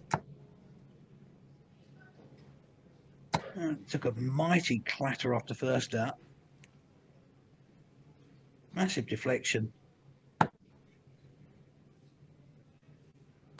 Still nip and tuck this leg. And that's what you will generally see. If one player's playing brilliantly, the other one is. If one then dips in form, the other dips in form and can't take advantage. I think that has to be a peculiar quirk for darts players. And you all know what I'm talking about. We've all been there. Well, no, I've never actually played well, to be fair. And I can't drag most players down to my level, which is rather upsetting. But I can say there is only one player in this room. And throughout these ADC Oceania tournaments, since their inception, only one player has managed to beat me. That is David Marland. He is the only player I've played. But that's beside the point. None of the others have been good enough to beat me. That's the angle I'll take on that one. Bull. Has he? Has he? I think he has. I think it's in. He has. Nice little 88 checker. Jezza, first hole to throw. James Bailey to fight back. Yeah, good pick up last start. That's the thing we got to. All you young players that are out there watching this, never squander a dart. Never just throw it in haste. Never waste it. It could be the dart that gets you down to a double when your opponent misses and gives you the opportunity. Always try with every single dart. Don't just sling it. Unlucky bounce out. That looked like 60 on the floor. That would have given Bailey a commanding lead in the leg.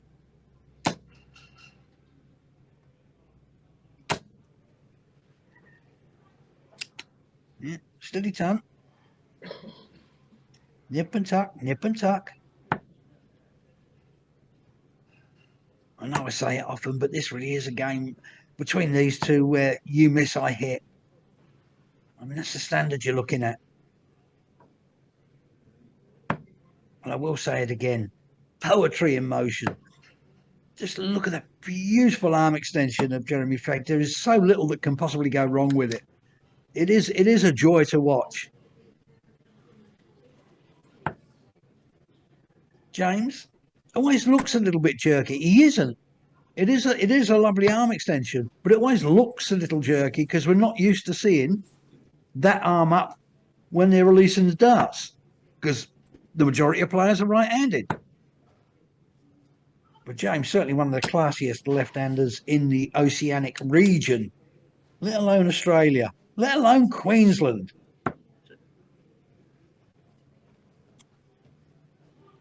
Back to these guys. Oh, good dart there. Leveled it up again. 3-all.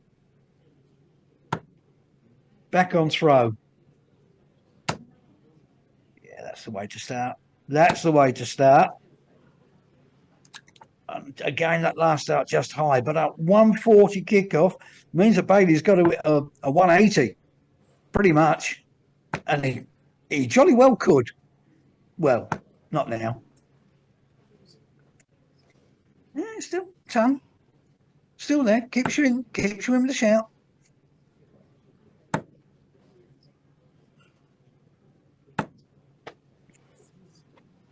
For those of you that are watching, Jez's shirt is green and gold. So when he does come up against the green screen, he generally is only half the man he appears to be. One of those little quirks. If you've not seen Jez's shirt, you really should go online and have a look. It's a cracking shirt. Bit like the man himself. Not overstated. Just a genuine dart shirt.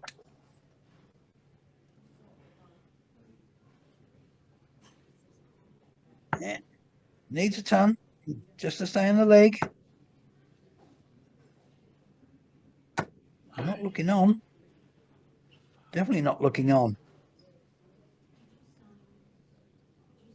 That could be the catalyst that spurs Fag on to take the leg.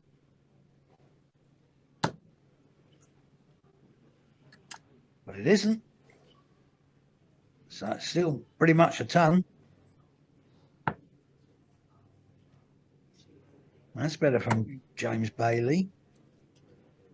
Again, high on the second. Becking for another.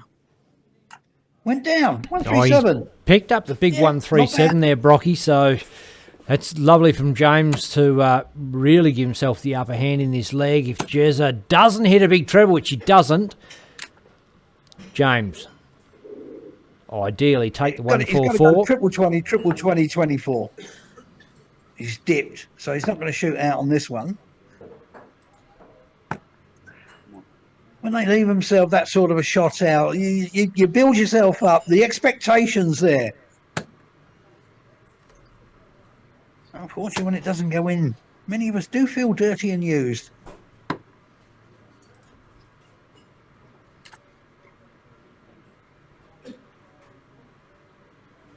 Because it's always difficult for me when I'm doing these comms, because obviously I do know most of the players personally. They are mates. I'm going to try and put a sensible head on and pick mate against mate. Very, very difficult. The life of comms. Oh, great dart, straight at double 19. 4-3, Jezza over James Bailey. I still think we're going to a final leg decider, a one-leg shootout. It's up to these boys to prove me wrong. And they have done on many occasions. Yeah, nice little tongue. Good last out again. It's the importance. Never squander the dart. Try. It may prove fruitless and not enough at the end of the game, but keep yourself in, keep yourself honest. Oh, look at this. Thought we were gonna, we ain't. Jimbo probably thought he was in for the ton 80 there as well.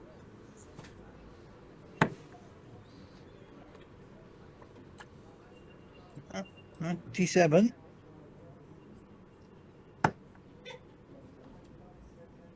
So a treble here will open up a nice gap in the leg. That's caught the barrel. Barrel all the flight. Saw it flick off. So that's basically leveled the leg. Look at this. And it's in! Another 180! Just at the right time. Just at the right time if you are a Jeremy Fagg fan. Or Jeremy Fagg himself. Not so much if you're a Bailey fan. But a terrific response from James. Jezza, 1, 2, 4. He's in again. 4 perfect darts. Oh. Is he? Is he? Is he? Was he? No. Oh, it was a 25, that one, Brocky. Great effort. 51 for Great tops for effort. James Bailey. Oh, doesn't happen. Double 10. And I think he's tonked it. I think he has. He has. Back on throw. What did I tell you? You know, sometimes I have these lucky guesses and it makes it sound like I know what I'm talking about. Reality is, I generally don't. Don't forget, there will be more live stream action tomorrow as we look at tournament number 9. That will be coming your way direct from the West Tradies Club.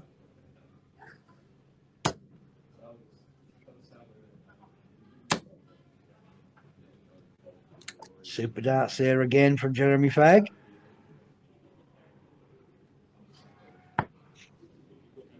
Not quite sure what's going on outside the boardroom, but there is a fair bit of shouting and carrying on and whooping and hollering. Yeah, good last dart. Good last dart.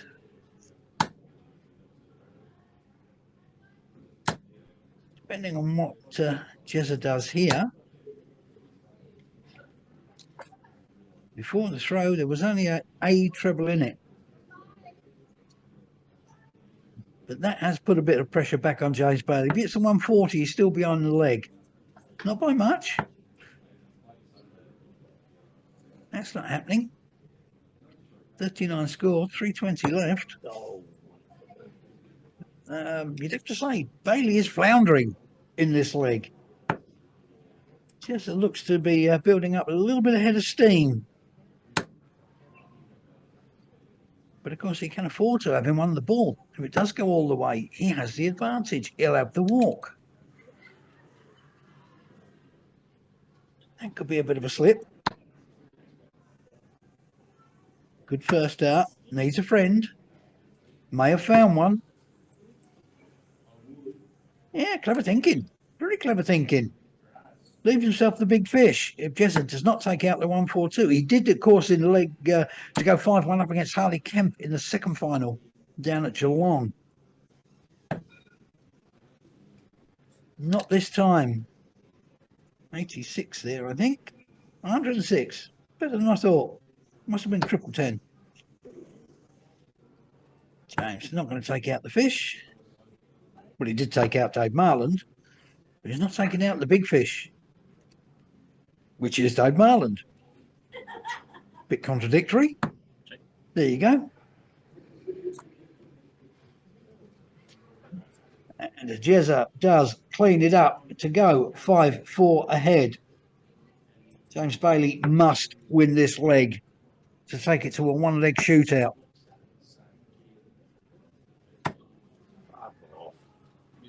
Yeah, a bit scrappy. I think that's only 40.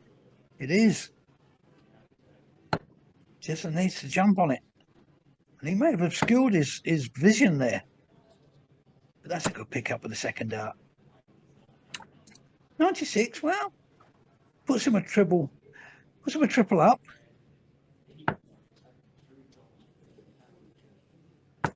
Means James needs a 140 and hope that Jezza only gets a ton. But no, 55, I think. Right, so Jeremy Fagger's, to all intents and purposes, stolen the leg, stolen the lead in the leg, stolen the walk. But again, firing just that fraction above. But still hit the 140. It may come up left.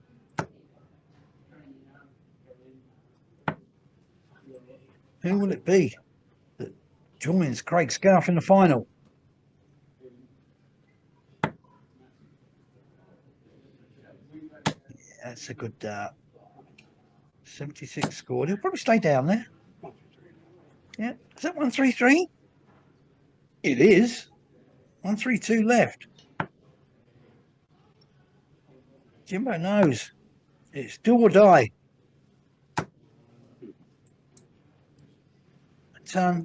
Yeah, probably not enough.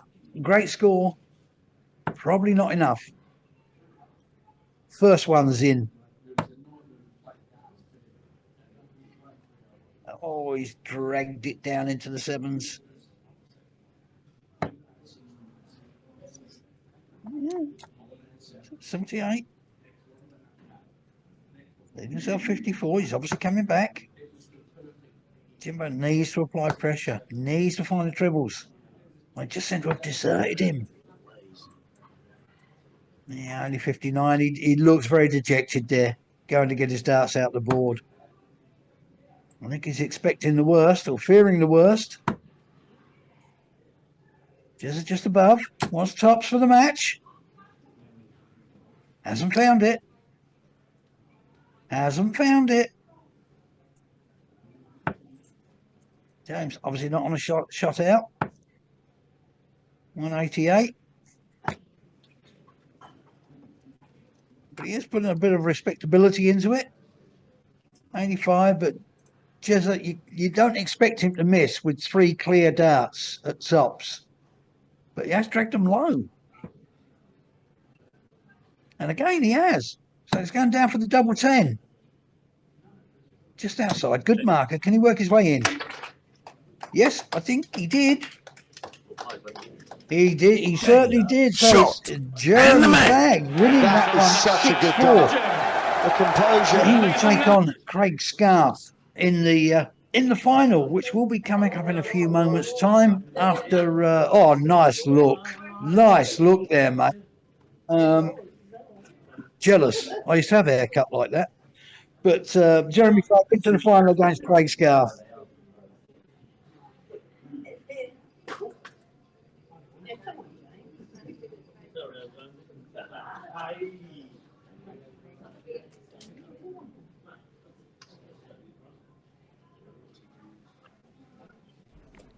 I just realised I had my mic off then, but yeah, it's me.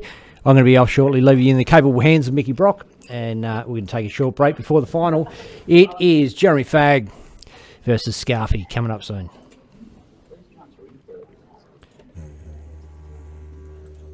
Ladies and gentlemen, Dartstream Live in conjunction with Adc Oceania present to you live from the West Radies in Durack, New South Wales.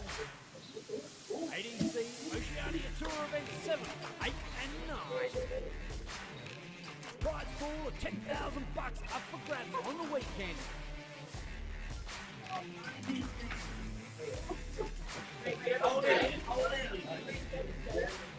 Huge thanks to our sponsors. Mining Electrical Solution. Dart World Australia. I'm just going to ask him how long he wants it, that's all. And Winmore. Got to give him a break. That's what I was. Does he want 3 minutes? Does he want 5 minutes? Does he want 10 minutes? 5 hours, what you going to you got to expect that. I know.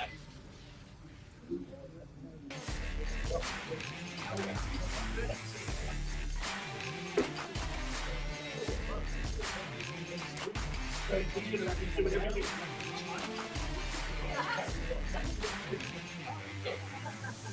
can you go back and play?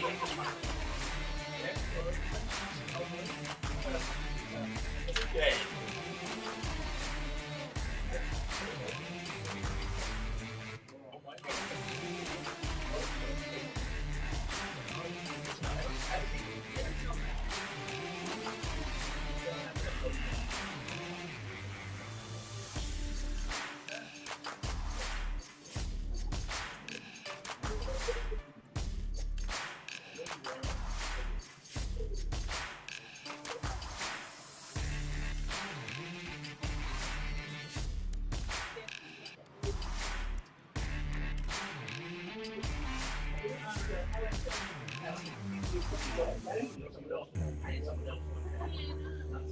Ladies and gentlemen, Dartstream Live in conjunction with Adc Oceania present to you live from the West Radies in Jurak, New South Wales. Adc Oceania Tour Event 7, 8 and 9. Prize pool of $10,000 up for grabs on the weekend.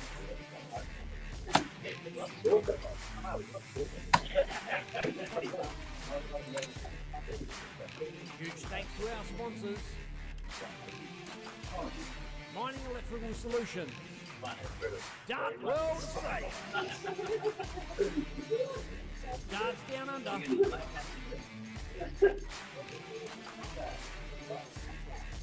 And Windline. Force behind darts.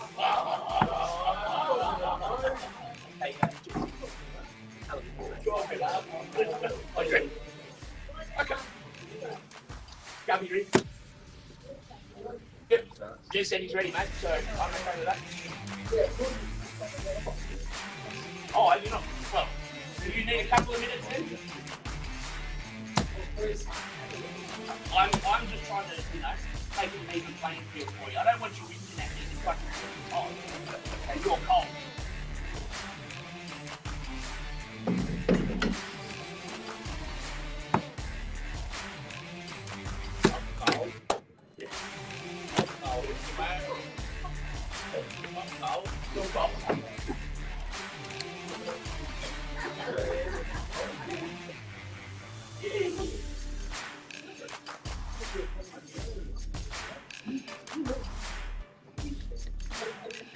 It even changes colour for you, bro.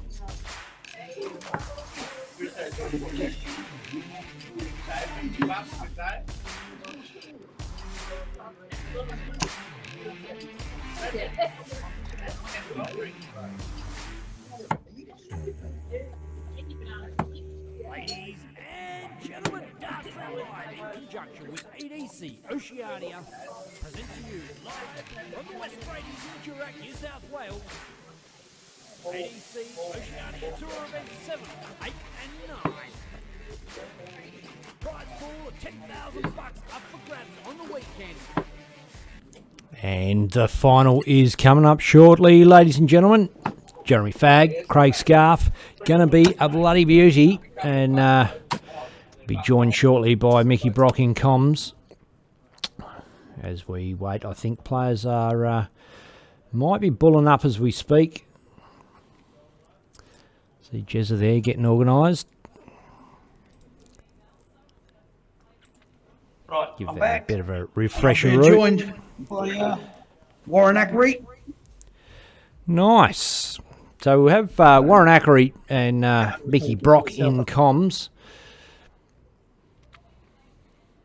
If we can get a visual there.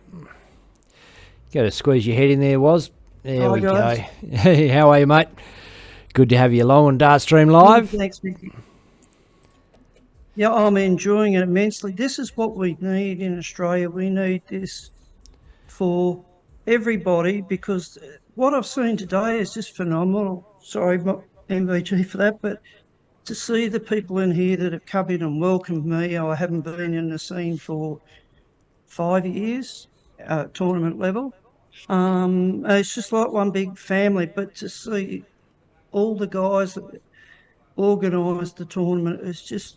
And we're up and running. We are up and running. Obviously, We Jeremy Fagg has are. won the bull. Straight into it. Yes, it doesn't look like he's mucking about. No. Neither is Scarfy. Look. Hello, is he? Will he? Could he? No, he's dragged it. He's dragged it. The first two saying, come and get me. Come and join, big boy. He's playing with a lot of passion. Very much so. Yeah. Well known for it. Indeed. But that's great darts there from Jez. Good. Leave himself the big fish. I mean, you know, nothing against Craig Scarp, but we all want to see the big fish check out. Oh, indeed. Wouldn't it be good? Oh, this is what we love. Scarfy not applying the pressure.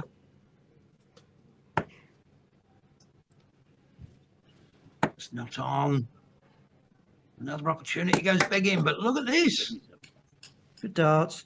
One on the floor. Yeah, very unlucky with that. Very unlucky. That's why I say, never squander your darts. You get unfortunate at times. Bounce outs, flicks off. End of the day, use every dart. You just never know. It might be the one that gets you the win. Craig having a bit of a think there, what to leave himself under pressure. Jeremy as well. Yeah, Scarpy, we were discussing in his last game, in his semi-final against Billy Aiken, very much a methodical player. Indeed, yes. Whereas Jezza, very, very focused when he's at the board. Very focused. Very little goes wrong with his throw. That's a good first out. Can he join it? Can he get one more in there for a 1-3-3 loop tops? The answer is he can. So a little bit of pressure on Jeremy Fagg. Double eight. Blocked it. He's moved across the hockey. But he's straight in. That is a great adjustment. So Jezza Fagg 1-0 up. Two good players with two unique throwing skills. Well, we've often discussed, people say about the perfect throw. There is no such thing as a perfect throw. You can't copy somebody else's throw. The only perfect throw is a throw that works for you. Yeah. The Ricky Pickett, for example, over in WA, what a great player he is. But it's a very jerky throw, very jerky. And people go, oh, that's not a proper dart throw. It is. It works for him. Agreed.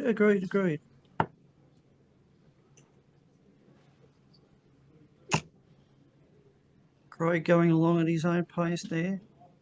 Methodical. Won't be rushed. If you watch his grip, his fingers always move. Doesn't matter whether it's down the board, up the board, anywhere. Same. It looks. Oh, Jezza.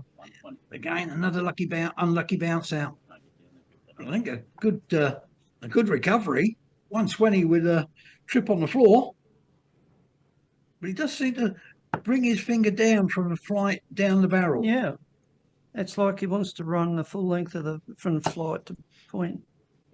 Well, this is better. There's a lot of quirks. Oh. It's when you're watching games like this, it's when you actually do pick up on what little quirks players have.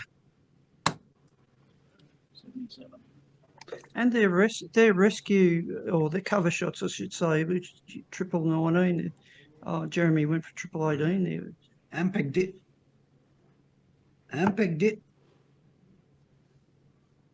204 after 9. Not bad in anybody's language. Look at this. And another. Come on. And it's in. Yes. 180.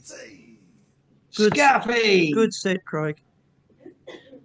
That's the way to wrestle it back in your favour. What's Jeremy going to answer with? Another bounce. Third one on the that's floor. Cruel. That's cruel, isn't it, Mickey? Very, very. It's 3 for him now in this match. This will be a big finish if he can get it. No. Not going to happen. Unfortunately for Scarfy, that is. Jezza might just have sucked in a deep breath there. Real 27. We'll never know.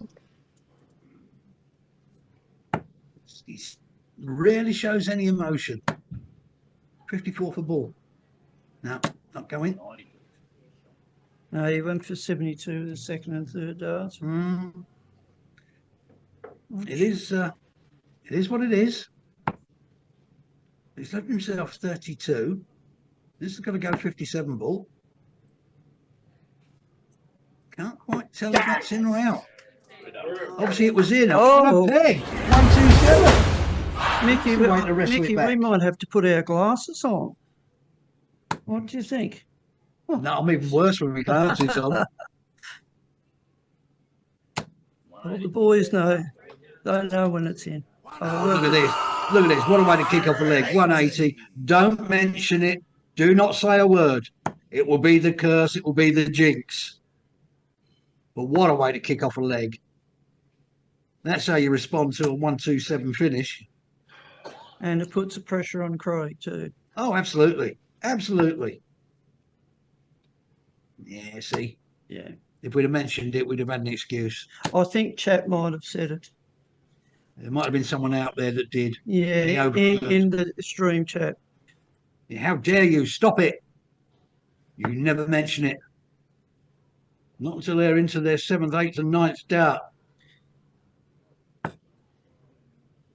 So Craig, with it all to do after that maximum start from Jeremy, he answered it with 45, and now well, only 2 legs down, but obviously both going with throw. Now getting a bit scrappy. Yeah, just kicking off with the one. Yeah, kicking off with the 180, and 81. And 56 is coming down. Oh, good zoom in on the camera. Yes, another 180. Did I say we were in for fireworks tonight? Did I? These tournaments never fail to impress. And this is what I've seen today, and it's impressed me as a player. The quality of the players throughout the day, it's been great. It is. It's become de rigueur at ADC Oceania events. Quality and the standard of play. I will hark back to Geelong just one more time. The first events we had down there, at the completion of the round of 32, the combined average was 83 plus. Well, in a round of 32. That is high quality. 117. Will it go? 17 for tops, you think? Yes, that methodically takes his time, steadies, prepares, sets, dips under. Jezza with a ton. Pressure's on Jezza. It's under. Stops. 100. Oh, he's going for 48.32. He did, you know. That's a lovely way to take out the ton. It's the old way of scoring 80, which is 48.32. Yeah, but a lot of players now prefer to go for the double because the double is an awful lot bigger than the triple. Yeah, and the darts are alongside each other, and Craig's off and running. Yeah. People say it's showboating. I think no. For me, it's common sense. I think it makes perfect sense to go for a double-double. It's not showboating at all. If it wins you the leg. Steady darts, Jerry. Yeah, look, steady ton. Equal game at the moment. Let's see what Craig can do here. Everybody out there that's listened to my comms before will know I'm not the greatest when it comes to the numbers. I've probably already forgotten how many 180s we've seen in this match alone. Oh, you've actually got to add one to your sheet for Jeremy. No, I won't. Not until he gets another one. If he gets another one. Sorry for the Scarfy fans out there. I'm not showing bias. But I did tip this morning when I spoke to a couple of people. I said I really felt that we'd see Jezza in the final again tonight, backing up after his defeat to Robbie King last evening, 6-3. And again, when I get lucky with one of these calls, it does make it sound like I know what I'm talking about, which is If you spend any time in my company, you know that is completely wrong. I use the term most incorrectly. Yeah. But I just feel we were talking earlier in that last semi-final. I just feel that Jez has taken his game up another gear, another level. You can see that the practice has paid off. Scarfy, I mean, he's been solid for years, solid for years. But Jez has certainly. I'll be very surprised, and I'll put it out there right now. I'll be very surprised if Jeremy Fagg is not 140, lovely darts. I'll be very surprised if Jeremy Fagg is not our next professional dart player on the PDC circuit. I do believe that his trajectory has really rocketed up into that stratosphere. Let's see. Jeremy's on 87 after 12 darts, so I'm opting for 777 double 18 here for Jeremy. Let's see what he does.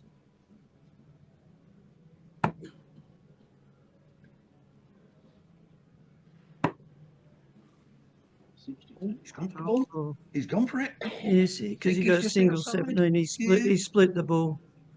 Yeah. So it's Craig's option here.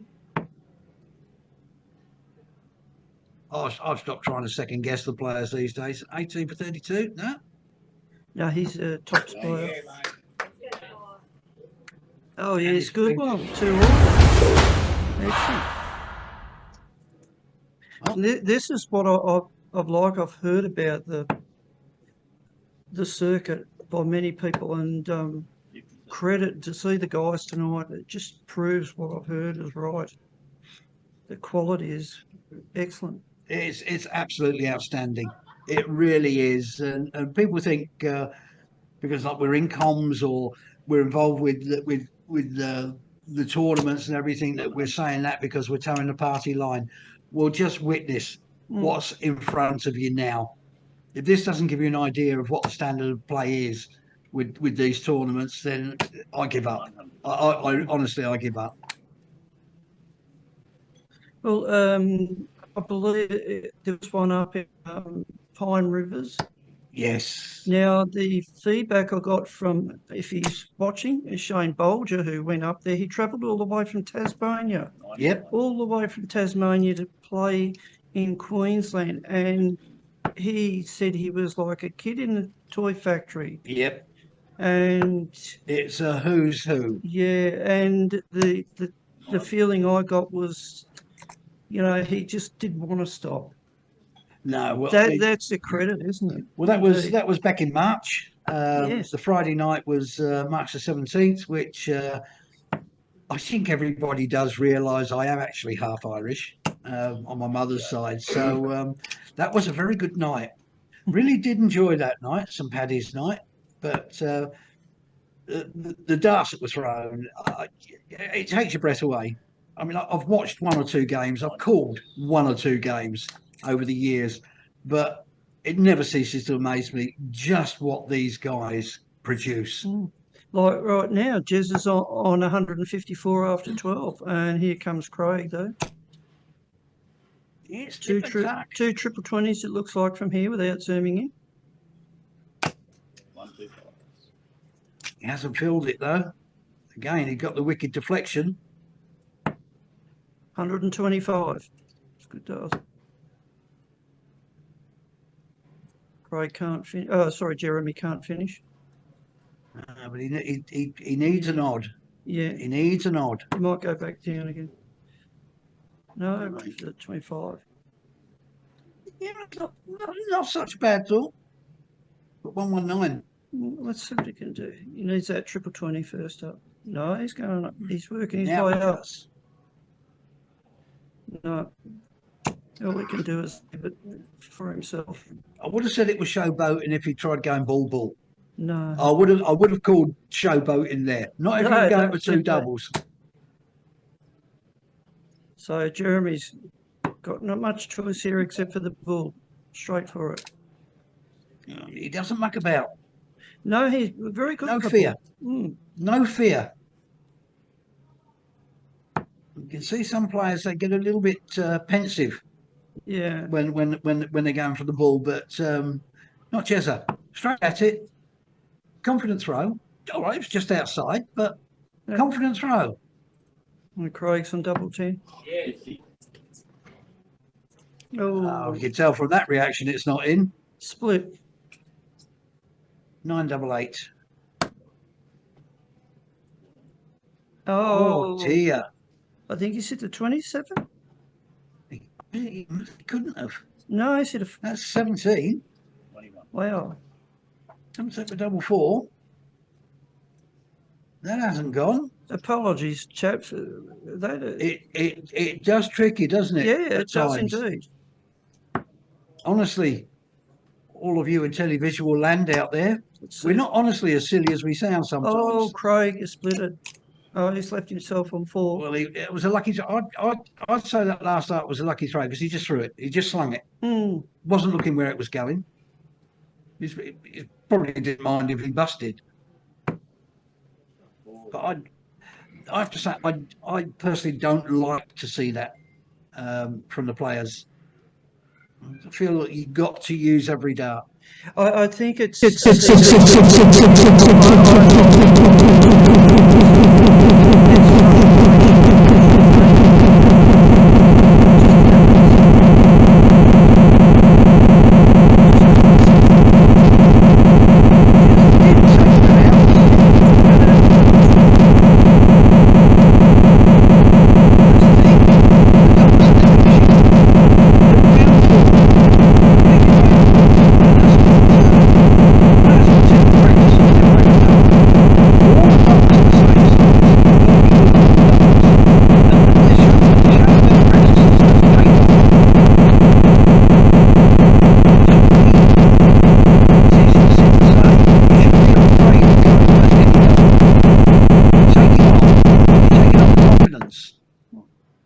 Craig's surged ahead here. Jeremy's looking to put a hole in it. Yeah, needed a trip. Got one. Still almost a ton behind. Plus these.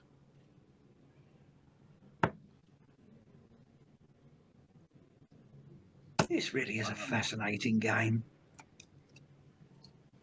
One storms ahead, other pulls back. They pull ahead, other pulls back. This is It's quality. It is quality. And it's a proper battle. It's a proper battle. True dartistry. They're feeding off each other's mistakes. Yeah, and you say mistakes, but it is by such a small margin. But that small margin is a lot. Oh yes, that's a lot of pressure. That small margin, whether it be a 19 or a 3, a lot of pressure. Well, there's a great debate about which is hard, 147 break or a 9 darter. I will always come down on the side of a 9 darter, purely as simply as with a 147, you can get out of position but get you back in.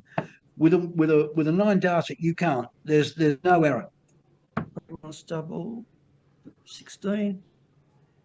He got his triple 10 with his first dart. He's still going. Oh, inside. He will come back. Though. He'll be back. Yes. Yeah, he's coming back. Strangely, Jeremy's on 190. Yeah.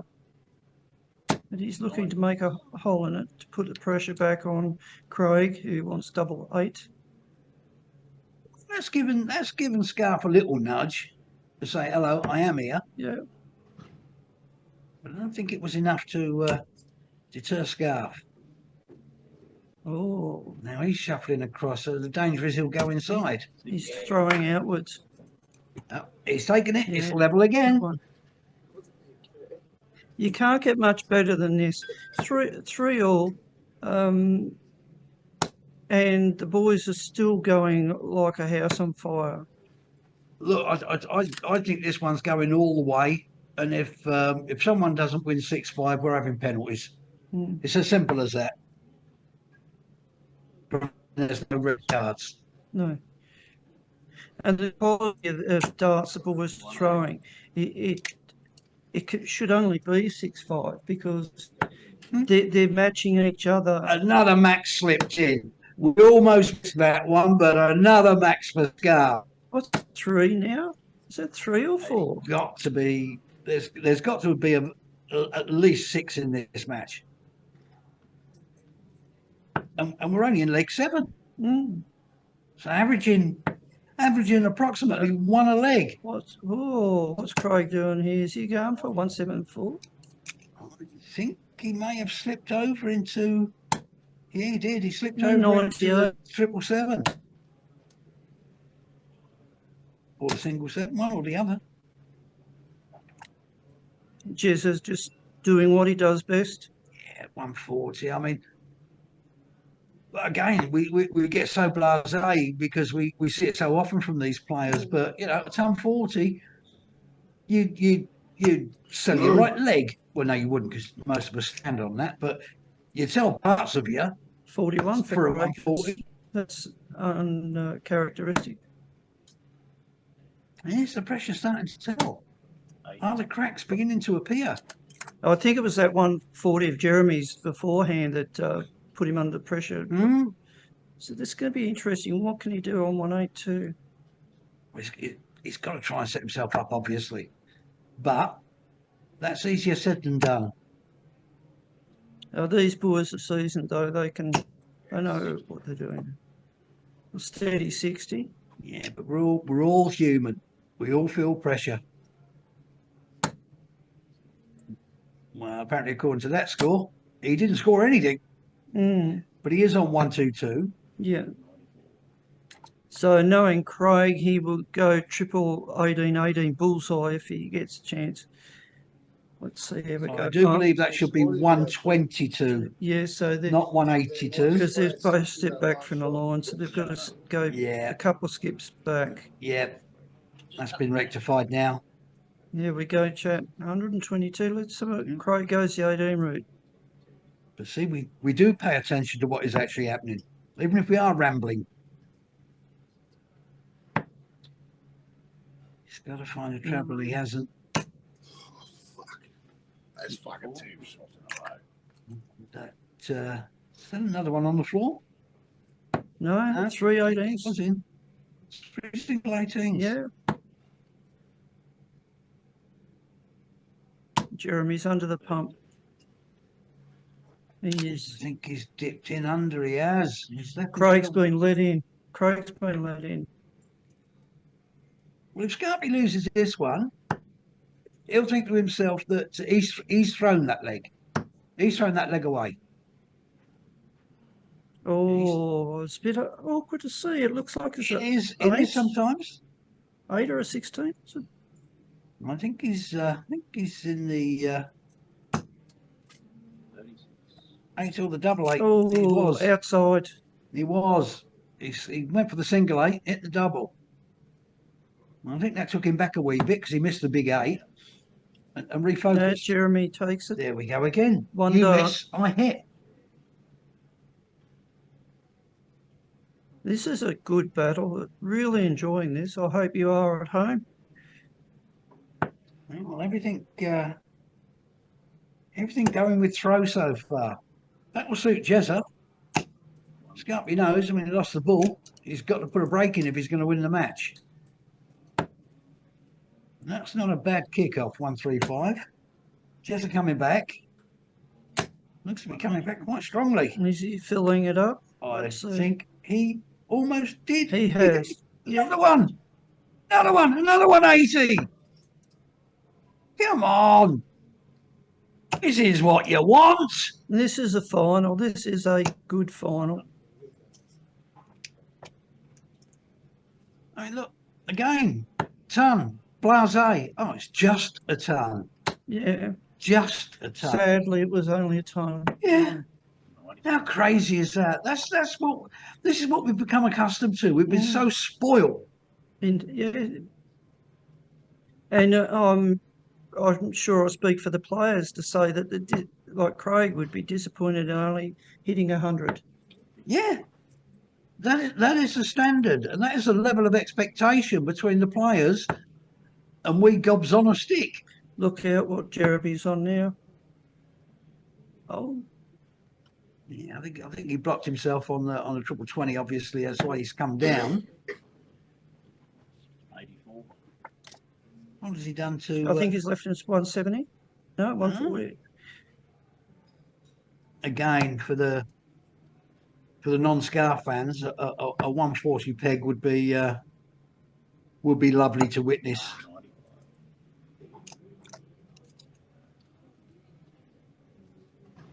Will we see it? 140 will knock the wind out of Craig's sails. It certainly would. It certainly would. As I mentioned previously, Chesa took out 140 plus in consecutive legs to win the final against Harley Kemp down in Geelong on night 2, winning that final 6-1 with 102.42 average. But because we're a little colonial outpost stuck away in the depths of the south, that doesn't bear mention anywhere, does it? If it was a PDC player, mind you, story would be a bit different, would it not? You got to get behind our boys and girls. We've got the goods. We've got the players, and there we go. A nice 50 check out for Jezza. First time, a 2-leg lead. Daylight. Jezza now throwing with the mat for the match with the walk. And he's straight in the lipstick. And he's straight in the lipstick. And he's straight in the lipstick. Here we go, 180. Lovely to kick the leg off. Do not say a word. That includes you out there tuning in. Not until darts 7, 8 or 9. First rule about 9 Dart Club. Yeah, don't mention 9 Dart Club. Just did it a 9 darter down in Marilla quite recently. Unfortunately, it's not going to be in this leg. But I'm not showing bias. He's got a good lead. He's got a good lead. What can Craig do? That's the big question. Well, the mental fortitude comes into play here. He may have kicked off with a 180, but Phil Taylor said to me, I know if I just play steady, ton, I'm forcing my opponent into a 15 dart leg or less. Otherwise, I'm in with a shot. So it's not all about the ton 40s, the ton 80s. It's steady. And that only comes with practice, because darts is really a matter of routine. Yeah. And Jeremy's on 94 after 9. 84. 84. I should put my glasses on. Borrow mine. They won't help. He's disappointed again.